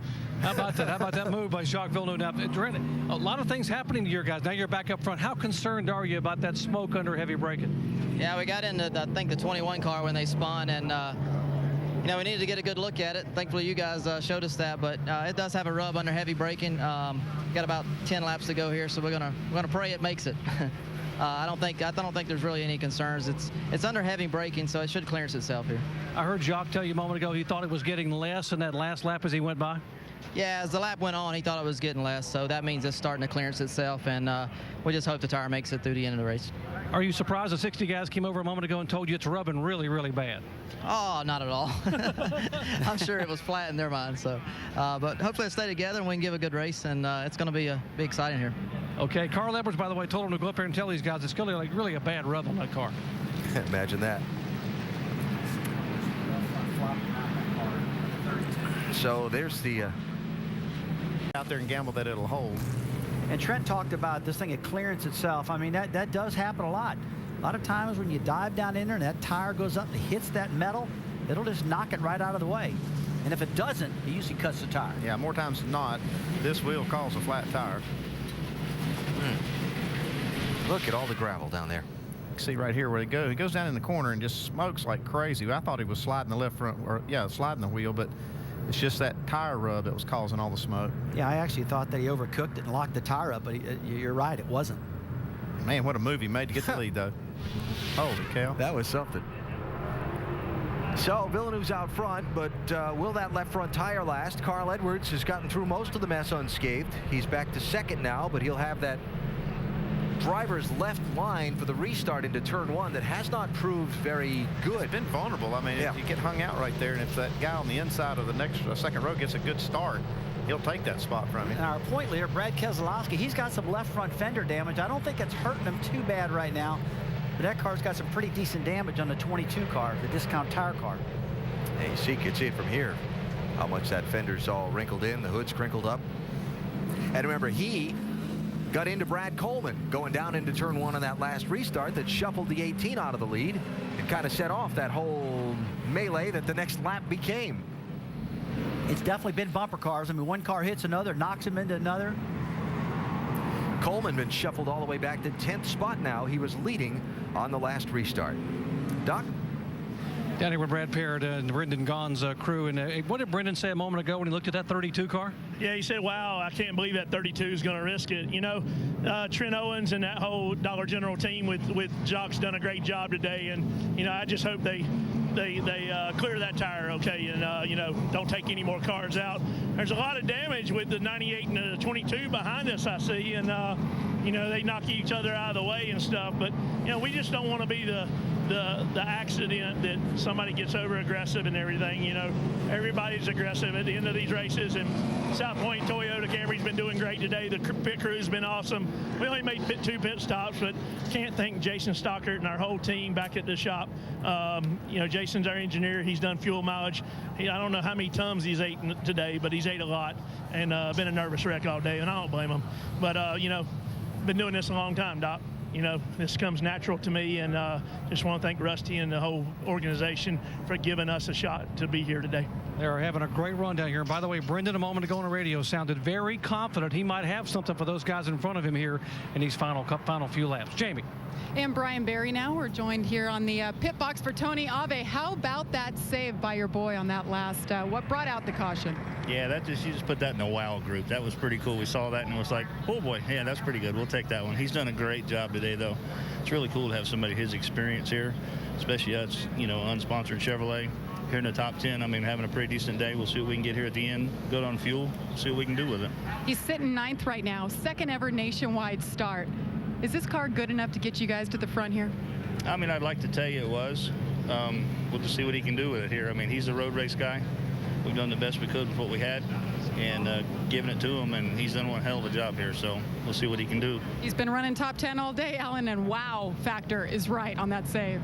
Current point leader in the Trans Am Series is Tony Ave, 38-year-old from Hurley, Wisconsin, about 260 miles northwest of us here at Road America in Elkhart Lake.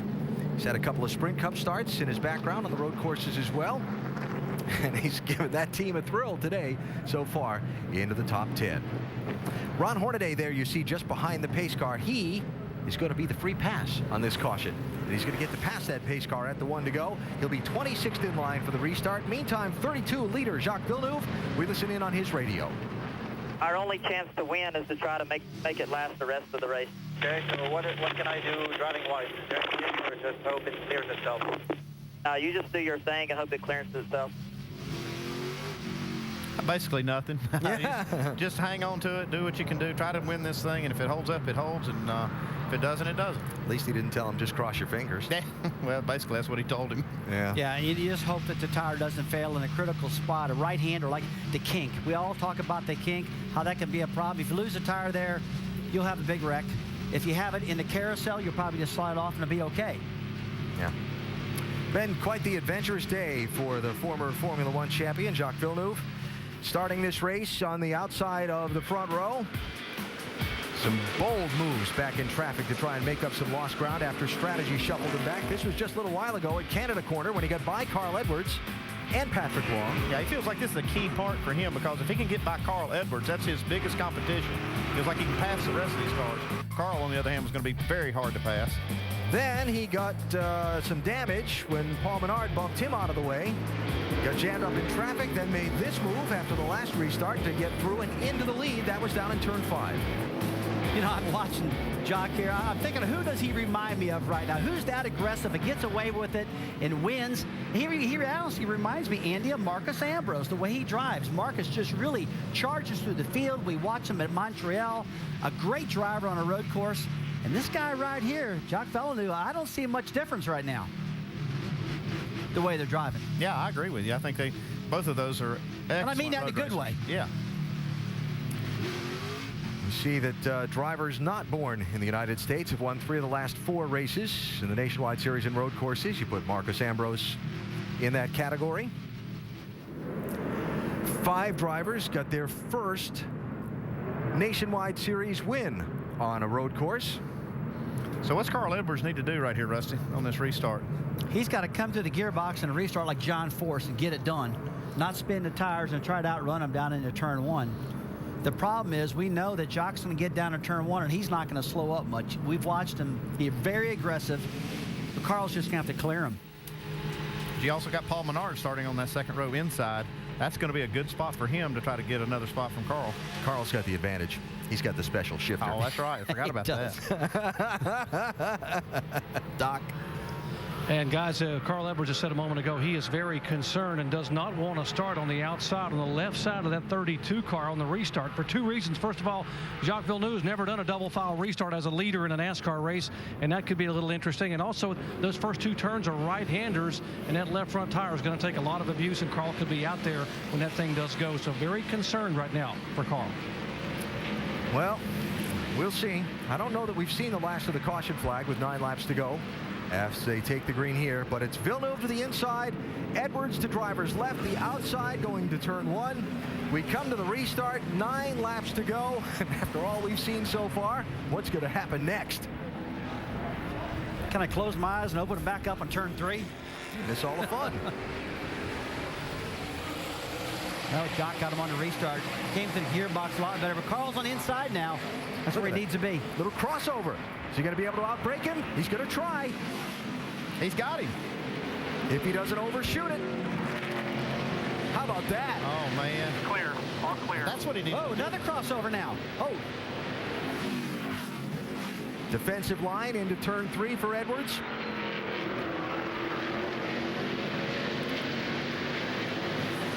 That was Brendan Gaughan kicking up the dust off the course. Now we saw how fast Edwards was at the beginning of this race when he got in the lead, really laying these big-time lap times down. Right here. Villeneuve looking to try to outbrake him, Carl, but not going to do it. And I really think if Carl can get some heat back in these tires, he can start checking out on his field. Buddy. You know, the key thing on that restart for Carl was getting a great start and actually being able to get in front of Menard. Menard now going off the track. Oh, do you get a little help?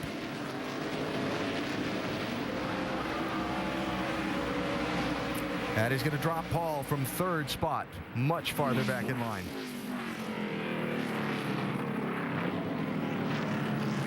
I can't believe we're not having flat tires with all this gravel on this racetrack, and these guys are just in this gravel all the time, but these Goodyears are really holding up.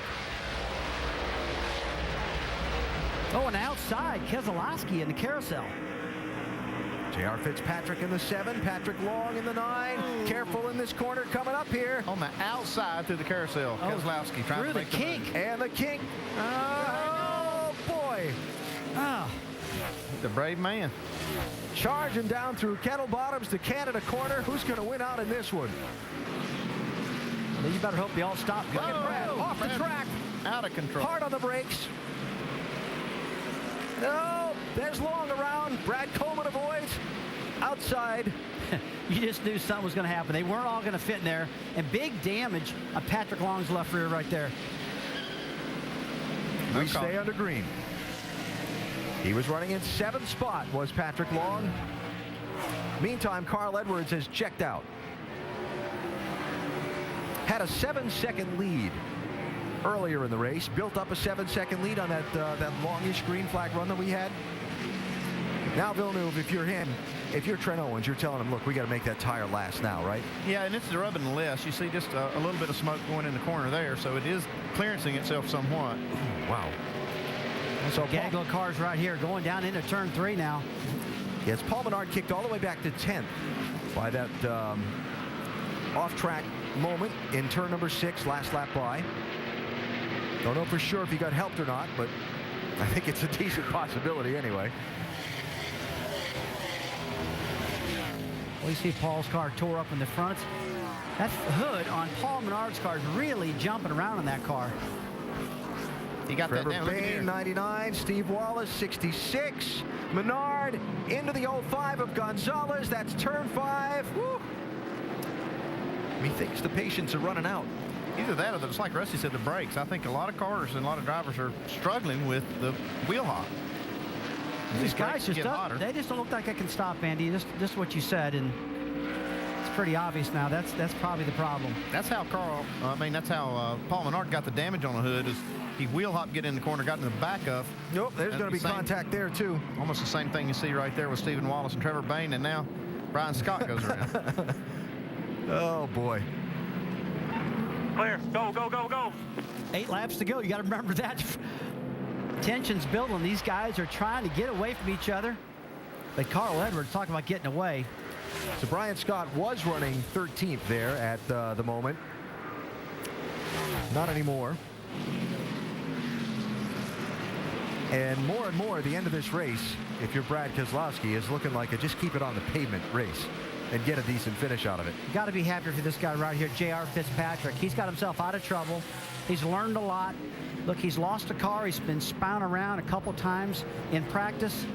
But right now, he's doing a great job for Dale Earnhardt Jr.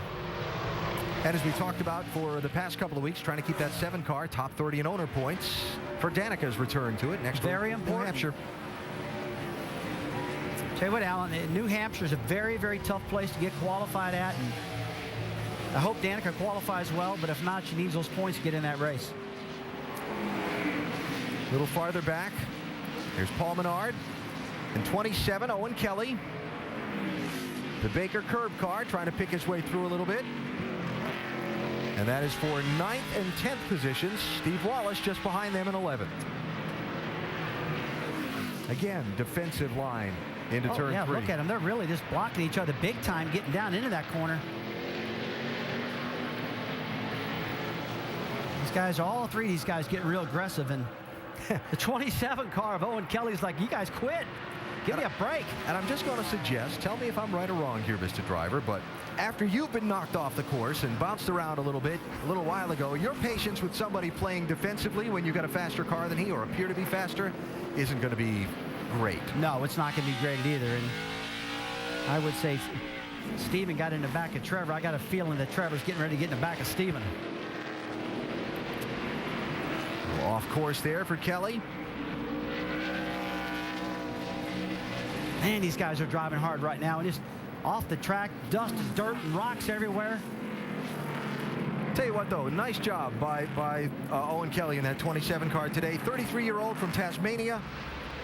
He's come up through kind of the same path that Marcus Ambrose did in their racing from the Formula Fords and the V8 supercars. He's kind of raced in Australia's version of the Nationwide Series the last number of years, a level below the supercar series, and done very well. A lot of wins in that series. Come over here, raced Dale Jr.'s late model car the last couple of seasons, and in his Nationwide Series debut today here at Road America.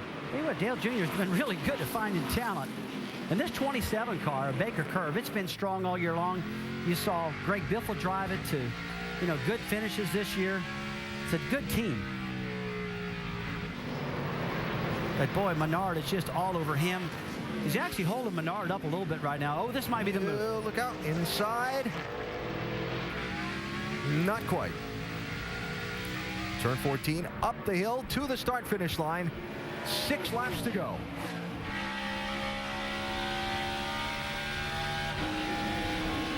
Well, sorry, go ahead, Rusty. Just turn 1 is a real suck. Oh, I started to say everybody wants a dive bomb getting into turn 1 to make that pass. And it's all about how good your brakes are at that point. Just joining us, Carl Edwards started on pole. He's pretty much been the dominant driver on the race, but he's been shuffled back in traffic a couple of times. Pit strategy, different pit stop schedules, and other things. We also had a 31-minute red flag for a 10-car pileup in turn number 6, just about halfway through the race.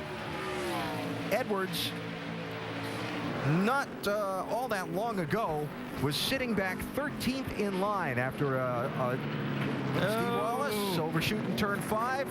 Saw that one going. Saw that one going wrong.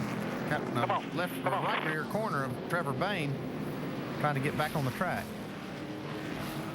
And some left front damage there. Yeah, that's pretty well ruined his good run he had going on. Oops, as Stan Barrett off turn 6. Is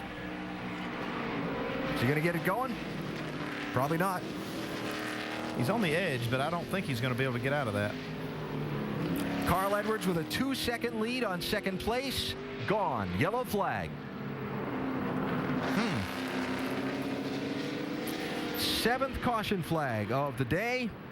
I think I spoke too soon earlier in the race. We went through the first half of the race with just a couple of caution flags. For one was for a mechanical problem and a car stopped on course, and one was for an engine that blew up. And then we got to halfway. Look at this. Look at Drew. And they've been stacking them up. Oh, we got to go through another restart. Yep. So Carl Edwards' 2-second lead is gone.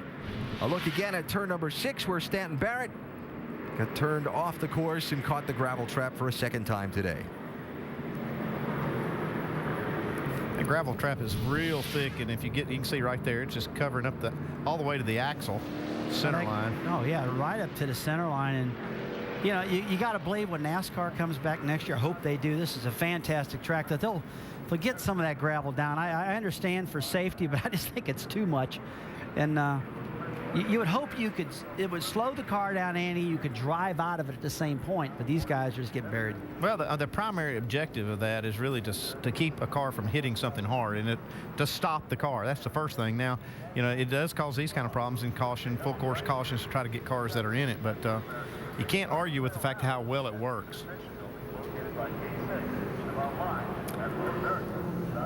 So the leaders crossing the start-finish line, leaving us now 5 laps to go in this race. Looking down on the Road America circuit from our aerial coverage provided by Fastenal.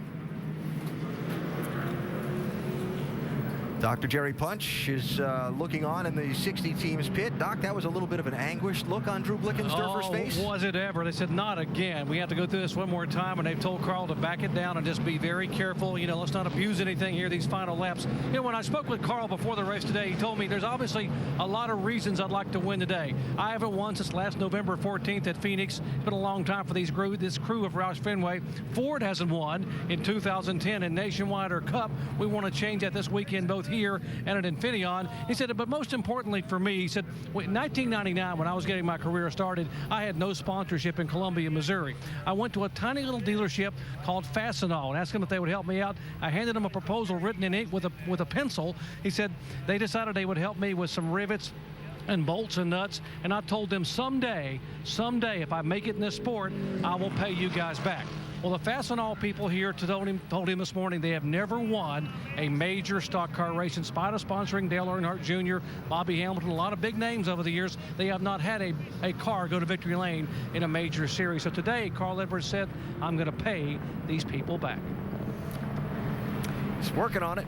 He's paying them back right now. Got a little work left to do, though, as you see Stanton Barrett's car pulled out of the gravel trap in turn 6, and Carl Edwards following the pace car round inside of 5 laps to go. What I'm worried about if I'm Drew Blickensderfer, though, this isn't just one more time. He may have to do it multiple times because they bunch these cars up, and we've seen what's happened.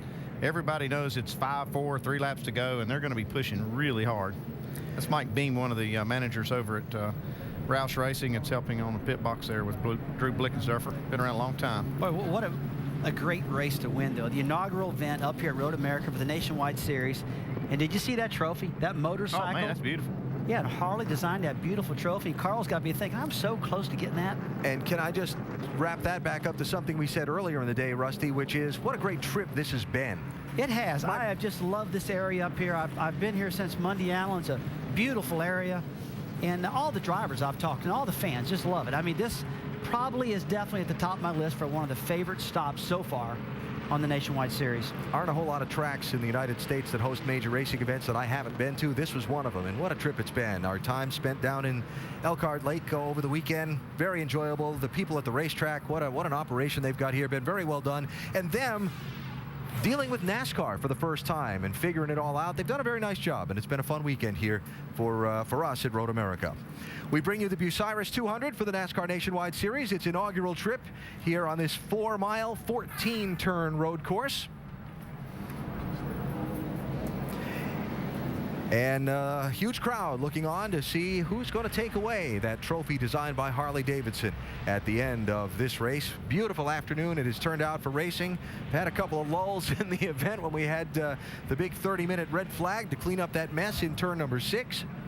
But right now they're getting ready to see a shootout to the finish here at Road America. Now, Harley-Davidson recently unveiled a street version of their new superbike, racing bike. That's it, the XR1200. And the winner is going to get one of those today, plus the trophy that the Harley-Davidson designers have crafted for being the inaugural NASCAR Nationwide Series winner at Road America. You know, Andy, when you win a big trophy, it just feels really cool. Like those Bristol trophies I've had, they're like 30 pounds. They're giant. And then you've had other tracks where you win them, they're made out of pot metal and old light stuff, and they just feel terrible, like they really don't mean anything. Well, this Harley trophy is out of steel. This baby's 50 pounds. It's heavy. It's like having a real watch instead of a fake one. Okay.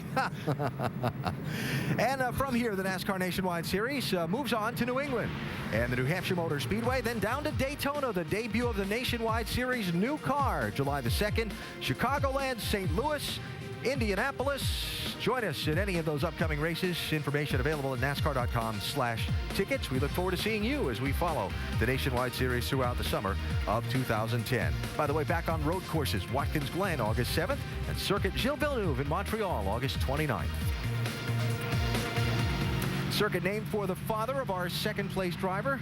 Jacques Villeneuve has had quite a day. He's been impressive in that 32 car today through a lot of challenges and circumstances. Yeah, he has, and he's actually had some problems Paul Menard wheel hop, got into the back of him, knocked him kind of off course. He had to come back from that. He got involved in another little incident where he got that right front fender or left front fender torn up, and now he's made his way back up to second place. And problem is his car is just about too beat up, I think, to be able to do anything with Carl Edwards, but he's going to give it all he has. Would be a real shame if that left front tire doesn't last through these final few laps and get him a good finish. Man, that guy can drive. I'm feeling better about that tire now. We don't see near as much smoke, and the fact that it's made it this far makes me feel a little better about it. Behind Edwards and Villeneuve, Brendan Gaughan. Adventurous day for him. Had an off-course excursion early in the race, then made a green flag pit stop just before a caution came out, which got him back all his track position. He's been up at the front of the pack for a lot of the rest of the race. Running in third right now. Ron Fellows' car with a big Band-Aid on the nose. Ron has not gotten up and led today's race yet, driving that Junior Motorsports 88. But one of the favorites entering the day has managed to bring himself back up into the fourth position. And his team car, J.R. Fitzpatrick, running in fifth, had a spin back on lap 21, had about 4 spins over the course of the weekend here, but may just pull a top 5 finish out of this thing yet. Yeah, he's finally got it all together when it counts here at the end of the race. Yep. Here's your championship leader, Brad Keselowski, 22 car. Yeah, behind him you see Brad Coleman, and Coleman kind of got punted out of the way. You see that damage on the left front of Brad Keselowski. That's where he kind of punted Brad Coleman on one of the restarts, and Coleman now trying to recover. I want you to look at everybody's left fronts. They're all tore up. Everybody's left fronts are tore up. Oh, man. Look at that left front. Steve Wallace with some pretty significant front-end damage there on his car. So we've got 25 cars on the lead lap at the moment. We're down to 4 laps to go. Cleanup continues from all of the various gravel and debris and so on dropped onto the racetrack. And while we continue to await the restart and the final few, what I'm sure will be frantic laps in this race, let's check back down on pit road with Jamie. Well, Alan, we don't get to hear from many of the ladies on pit road. So Tatum Gaughan, the wife of Brendan Gaughan, who's running third right now on the pit box. I'm sure it's been exciting watching today, Tatum. But you're pregnant, and you guys just found out last week you're having a baby boy. So your husband must be ecstatic. There's going to be a new baby racer in Las Vegas. He's very excited, very, very excited. What's it like for you traveling, watching him now, knowing you guys are due in just a few months? It's actually getting harder and harder to go on all these trips, but I'm making it through. I'm going to try to go as long as I can. Nothing would help than a win. If he can get up to the front running, great. And with that Father's Day note, want to say Happy Father's Day to all of you guys in the booth. Oh, thanks, Jamie. Pretty nice. Appreciate that. So Brendan Gaughan there, running right now in the third position. Best finish of the season so far is fourth. So if he can survive these last couple of laps, he could up his season's best. More on the 32, Doc. Yeah, guys, take a look around me. You notice anything different? I'm down here in the Jacques Villeneuve pit here, and ordinarily, if I'm standing back here in the back of the pits, I'd be surrounded by crew guys. There's one guy here, but essentially the entire crew had to leave a moment ago to go catch a flight to go to Infineon where they're pitting cars tomorrow. They had to go ahead and leave, so there's a couple of guys left. They've actually got guys that have come down from Jason Leffler's team, which is the other Braun Racing team, to be here in case Jacques Villeneuve would have to pit. But these guys had to boogie. We're running overtime, so they had to catch a flight to go to California to work tomorrow. Safe to say he's made his last pit stop. Yeah. It's if that left front goes, it's okay. Yeah, they're really hoping that tire makes it now. How about that? See the 6 car there up by the pace car. Ricky Stenhouse Jr. is 2 laps down in 26th. He's about to get one of those laps back as the free pass under this caution. First car not on the lead lap. And so we should be coming to a restart, which is going to give us 3 laps to go in this race, plus the possibility of up to 3 green-white checkers. What a day it has been for Carl Edwards so far. Came back from California after qualifying his Sprint Cup car there 19th yesterday. Won the pole for this race this morning, late this morning here in Wisconsin. Started in that #1 spot and set off on the green flag. Led the opening 11 laps of this race and led by as much as 7 seconds at one point. Got shuffled back a little bit during the strategy. Some others staying on the track when he and some of the other front runners chose to stop and top off the fuel. That set Carl back 13th in line. Villeneuve got by him in this scramble down into turn 12. And that was a power move right by Villeneuve also. And Carl out in the dirt, just driving hard. Then picked his way back by Villeneuve with a crossover move. He began that restart to driver's left of the 32, crossed over behind him and made the pass to driver's right into turn 1. We've not seen anybody be able to do that from that side all day long, and Carl Edwards pulled it off. Carl out in front by 2 seconds when this most recent yellow flag waved, and that is the adventurous day it has been for the driver of the 60, hoping to take that 50-pound trophy in that Harley-Davidson home with him. I say home because he's going back to the West Coast first to run another race tomorrow. Again, Carl starting the Sprint Cup Series race out at Infineon in 19th position tomorrow. So back through Canada corner, getting ready for the restart. Again, it's going to come with 3 laps to go. And anybody going to take any action on whether we're going to get to that checkered flag without another caution? And I'm not betting on it. I'm not betting on it either. I think we're going to have some more cautions. It's going to be tough getting down into turn 1. Carl's obviously got the inside lane getting into 1, which is the preferred position. But once you get down into turn 3 and leave that corner, you want to be on the other side to set up for that real fast turn 5. And we've seen Jacques Villeneuve get really set up on turn 5 and make some good passes there. I got to believe if he can hang with them on the exit of turn 3, whoever's on the inside has definitely got the preferred position getting in that fast turn 5. Here's the thing I'll say. You can agree or disagree with me if you want to, but based on the way this day has unfolded, anything can happen. It is Carl's day from what I've seen. It is Carl's day, but anything can happen. We will find out. Coming to 3 laps to go. Edwards, Villeneuve, gone, Fellows, Fitzpatrick, Keselowski, waiting to see the green flag. What Edwards hopes is for the final time today. Bringing him down slowly. Oh, Here's good the restart zone, and he's got it. Now, Jacques does the same thing Carl did. Got to the inside quick.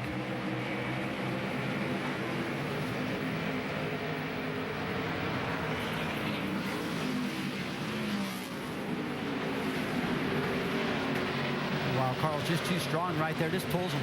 Fellows clears gone for 3rd spot.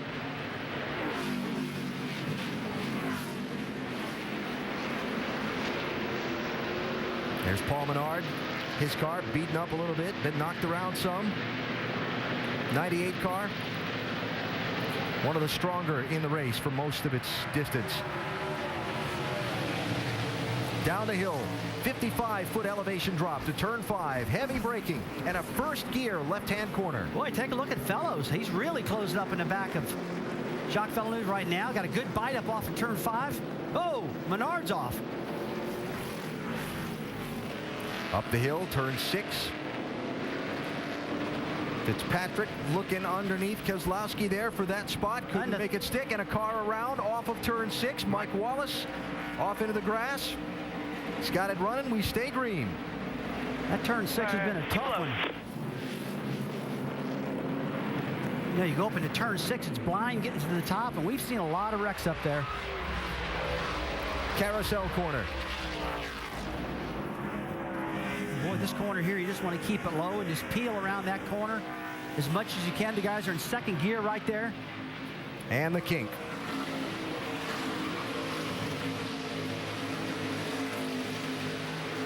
Almost afraid to say we haven't seen anybody really lose it off there today yet like we've expected. Boy, if we do see somebody lose it there, it's going to be big because they're flying through that corner. Guess I said it now. Challenge to the inside. Tony Ave looking on J.R. Fitzpatrick. Is he going to make the corner? Very nice. That'd be for 6th spot. Nice job for Ave and that whole 35 team today. Oh, absolutely. Their fenders are clean in the front. They're not tore up. Still got a good car underneath them. One around. Victor Gonzalez Jr. That's back at Canada corner, turn 12. We stay under green. Edwards to the line. 2 laps to go as he crosses the stripe. That's only 8 miles. I know it. A lot of racing still. Boy, these cars, some of them look like bulldozers coming through this field. They're so tore up. Fitzpatrick in the 7, Menard in the 98, Owen Kelly in the 27. Somebody's going to go around, I thought for sure. Wow. Nice job, Paul Menard, to get out of there. Absolutely. Menard's been doing a great job, you know, controlling that car. He's had that nose in so many positions today that he shouldn't have it in, but he's pulled it off every time. Hey, you know, Carl Edwards is not getting away from Villeneuve as much as he did that last run. Well, he's got to buy a 2nd at this point. You're talking 2 laps to go, Andy. I mean, Carl doesn't want to wheel hop this thing, make a mistake right now. Yeah, all he needs to do is just maintain a little gap. Yeah. Just keep some air from him. Make it so I don't have to drive so hard, so defensively. Is anybody that's on my bumper right now, I can't trust them. If they're behind me, I can't trust them at all. I don't know if they're going to slow down enough because of brake problems we're having now. No trust in my competitors at all. It's Brad Coleman working on Paul Menard there, back for the 9th and 10th positions. Look at some of the front ends of these cars. We have had some contact today. Not a clean car in the field. A lot of these guys are going to take these cars over to Watkins Glen at Montreal. Not without going to the body shop first. Looks like they'll be putting brand new bodies on these cars. Uh-oh, looks like something's wrong there with the, it's running out of fuel. 32 car out of fuel. Backfiring. Yeah, it's out of fuel. Oh, boy. Running second. Less than 2 laps to go. There goes Fellows by. Actually, the way it sounds, it's almost like he's lost voltage. Yeah, I started to say it's running. Remember his teammate, the 38 car, had an alternator problem earlier? That's what that acts like when your volts get low. It just starts popping like that. And, oh yeah. Oh, that boy. doesn't sound like fuel. So Villeneuve sliding back as they come toward the white flag. Right now he's back in 5th position. Likely to lose a lot more spots here on this last lap. Andy, we just add some most likely culprit right now, the battery problem. Probably voltage, yes. There will not be a green-white checker today. That could have had my money on that. Around, bud. Carl Edwards to the white flag. Doc? And it is a motor issue with the 32 car. It is internal in the engine. It is popping and missing and sputtering and getting worse. They're going to try to milk this thing for one more lap and finish. What a gallant effort today. A gallant effort for Jacques Villeneuve. Boy, Doc, you got that right. This guy has been a great driver today. He's really been flying. Hate to see this happen to this team. So Carl Edwards now with a gap back to Ron Fellows of almost 3 seconds on his white flag lap. If he gets it around to the finish line, he'll have led 35 of the 50 laps today. It had its moments, but he has been dominant, that's for sure. Up the hill, turn number 6 for the final time. Did not practice on Friday over in Sears Point, qualifying the Cup car. He practiced a little test session they had on Thursday. He was the fastest car in that session. He got on me the other day. I roughed him up a little bit for not testing in Kentucky. He said, hey, Rusty, I mean, come on. I'm trying to make... Tony Ave going around. Both Ave and Paul Menard spun. But I told Carl, you tested here, and you qualified great. Looks like he's getting ready to win this race. Just proves that practice is good. It does help. Off the carousel corner, down to the kink. And then he'll head for Kettle Bottoms for the final time in Canada Corner. Carl Edwards, less than half a lap from victory lane. Ford, winless so far, 2010.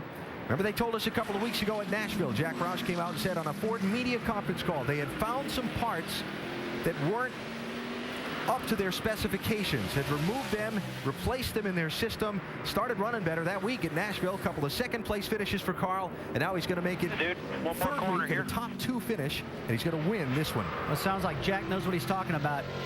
His whole team has done a fantastic job for him. Final time up the hill.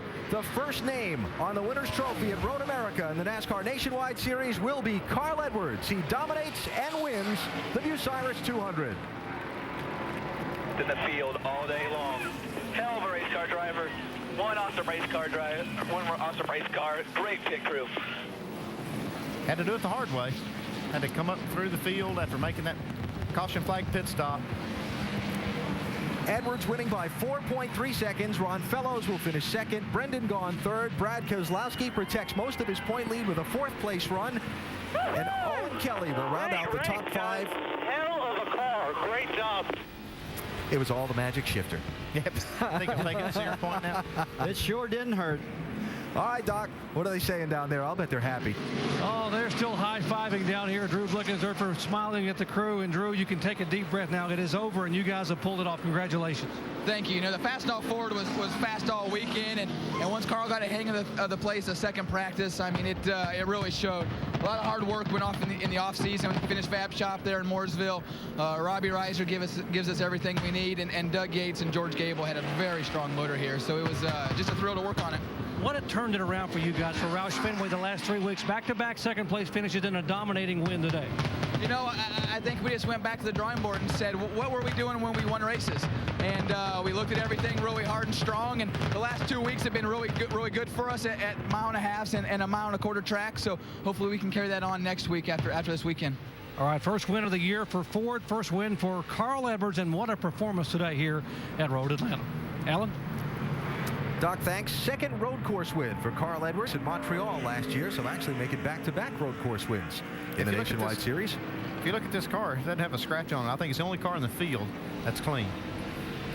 Carl has got the first win of each of his last 3 seasons now in the state of Wisconsin. Came in Milwaukee the last 2 years. This weekend's been a pretty good one for him in the Nationwide Series as he's won here up at Elkhart Lake. And for Carl Edwards, it is Roush Fenway Racing's 109th NASCAR Nationwide Series win, but just their second on a road course. Mentioned that Brad Keselowski finished 4th with Edwards winning. There's the gap between the two, 237 after race 15 of 35. It is New Hampshire next week for the Nationwide Series on the Magic Mile there. Tough day for Justin Allgaier. He is going to wind up finishing 35th after the part failure early in the race that left him 20 laps down and in the garage for quite a time getting repairs. Jason Leffler, Brendan Gaughan, Paul Menard all moving up spots in the standings. 4-mile victory lap. That takes a little while. It does. He's going to love this trophy. That's the thing he's going to remember the most. Absolutely winning an inaugural race is awesome, but boy, when you got some big iron to show for it, a motorcycle in that 50-pound trophy. Help me out with something. Remember when Carl had the injury there and he couldn't do the flip for a while? Have we seen him do a flip since then? I haven't seen one in a while. Well, he hasn't won in a while. He's just driving into victory lane. He said, just give me the stuff. Well, knowing that motorcycle's waiting there, I'd probably be driving in there too. He probably also wants to get the. Well, wait a minute now. Maybe he's having second thoughts. Wait a minute now. All right. He just said on the radio, I'm backing up to do my backflip. I think he heard you, Alan. No. I'm pretty positive of that. And I just started to say he doesn't want to injure himself for tomorrow. Here we go. He won't. He does this a lot. This will get a cheer from the fans. Yeah. Oh! All right. Good job, Carl.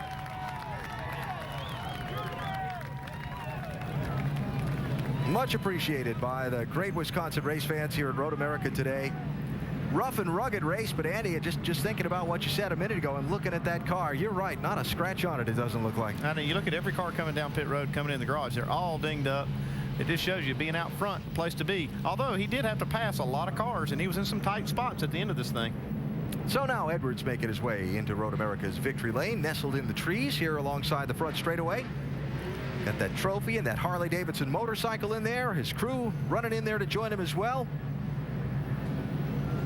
And breaking the dry spell in 2010 for Ford, for Roush Fenway Racing, and for Carl Edwards as he gets his first win of the year here today on the road course in Road America. Well, that 1,500-mile trip all the way back to California is going to be now. Be a lot nicer. All right, while Carl gets situated in victory lane, let's hear from some of the other top finishers. Jamie? Brendan Gaughan brings it home third, his best finish of the year. A wheelman. Take us through your first time here at Road America. I mean, I was back here back in the early 90s, but these heavy cars are so much different, and the South Point camera was great today. I screwed up early. Brad made a great call. We got the lucky thing where you got to pit road before the light went red. So it's great pit strategy. And, you know, I got to apologize to Paul Menard. I was looking at Ron Fellows in my mirror coming up to turn 6, and I looked back forward and he hit the brakes, and I just lifted him up. And I feel bad because Menard is a great guy. I love racing with him, and I kind of did him wrong in turn 6. But great day for the South Point Camry, so I'll take a third and another good day in the points. Great day for Brendan Gaughan. Let's go over to Alan Bestwick. All right, back in victory lane, Carl Edwards is ready to exit from his car. Let us hear from today's winner, Michael. And Carl climbing out of the car. Rousing applause from his team, getting doused with the Gatorade, vitamin water, I should say. Wow, we talked about the crazy weekend you had in store, jetting back and forth between two totally different road courses, yet you mastered this one. How were you able to do it so easily with so little time practicing here? First thing is the guys at the shop. They built this race car, and it's a really special race car. Boris said helped me a lot. My buddy Ted Schwartz back in Columbia and Paul Menard helped me so much. Not just with the airplane, but he was so fast here, it made the difference. I got to thank Fastenal. This is Fastenal's first win, and if you like a hardware store, you love Fastenal, and they gave us a neat motorcycle, and I made a deal with Lonnie Klaus. We're gonna auction this motorcycle off on Copart.com, and the money's gonna go to Back-to-Back Ministries for an orphanage that he's starting. So a really special win for me, and man, I got to thank Aflac, Ford, everybody, but these guys, they built a great race car. It's been a long time since we saw you do a backflip. What's it like to finally get back to victory lane? It feels good. I mean, to race with Jacques Villeneuve all day, to hold off Ron Fellows at the end, I mean, it's just cool. I got to say Happy Father's Day to my dad. I called him today. I got a whole new respect for him now that I'm a father, and the trophy's going to you, Dad. So hi, Kate. I love you, and Annie, Mom, Dad, everybody, Jim. Thanks. I wish you guys were here. This is really special to me. It feels good. You talk about holding off Jacques Villeneuve. You had a very large lead until the caution came out. What was that restart like with 3 to go? Man, I just try to do everything that I can to do it right. And then I started hearing noises in the transmission. I thought third gear was coming apart, so I didn't know whether to shift from second to fourth or what I should do. And it held together. And man, Jack Roush, everybody, thank you for sticking behind me, and thank the guys at the shop for building this race car. They put a lot of effort into it, but man, it's cool for Fastenal. We got like 1,000 Fastenal people here, so that's going to be a lot of fun to get some pictures with them. It just means a lot. Congratulations. Thank you, the fans. Carl Edwards back in victory lane for the first time in 2010. Alan. All right, Michael, thank you. Next weekend it is on to New Hampshire for the NASCAR Nationwide Series. Hope you'll join us Saturday at 2:30 Eastern on ESPN for our coverage of that. And up next, NHRA Thunder Valley Nationals qualifying from Thunder Valley. Of course, we're well past our scheduled off time because of the lengthy 30-minute red flag, so we do have to leave the air now. But a great opening weekend for NASCAR and Road America. Carl Edwards dominated the day, but had to fight hard for it at the end. He's your winner. This has been a presentation of ESPN, the worldwide leader in sports.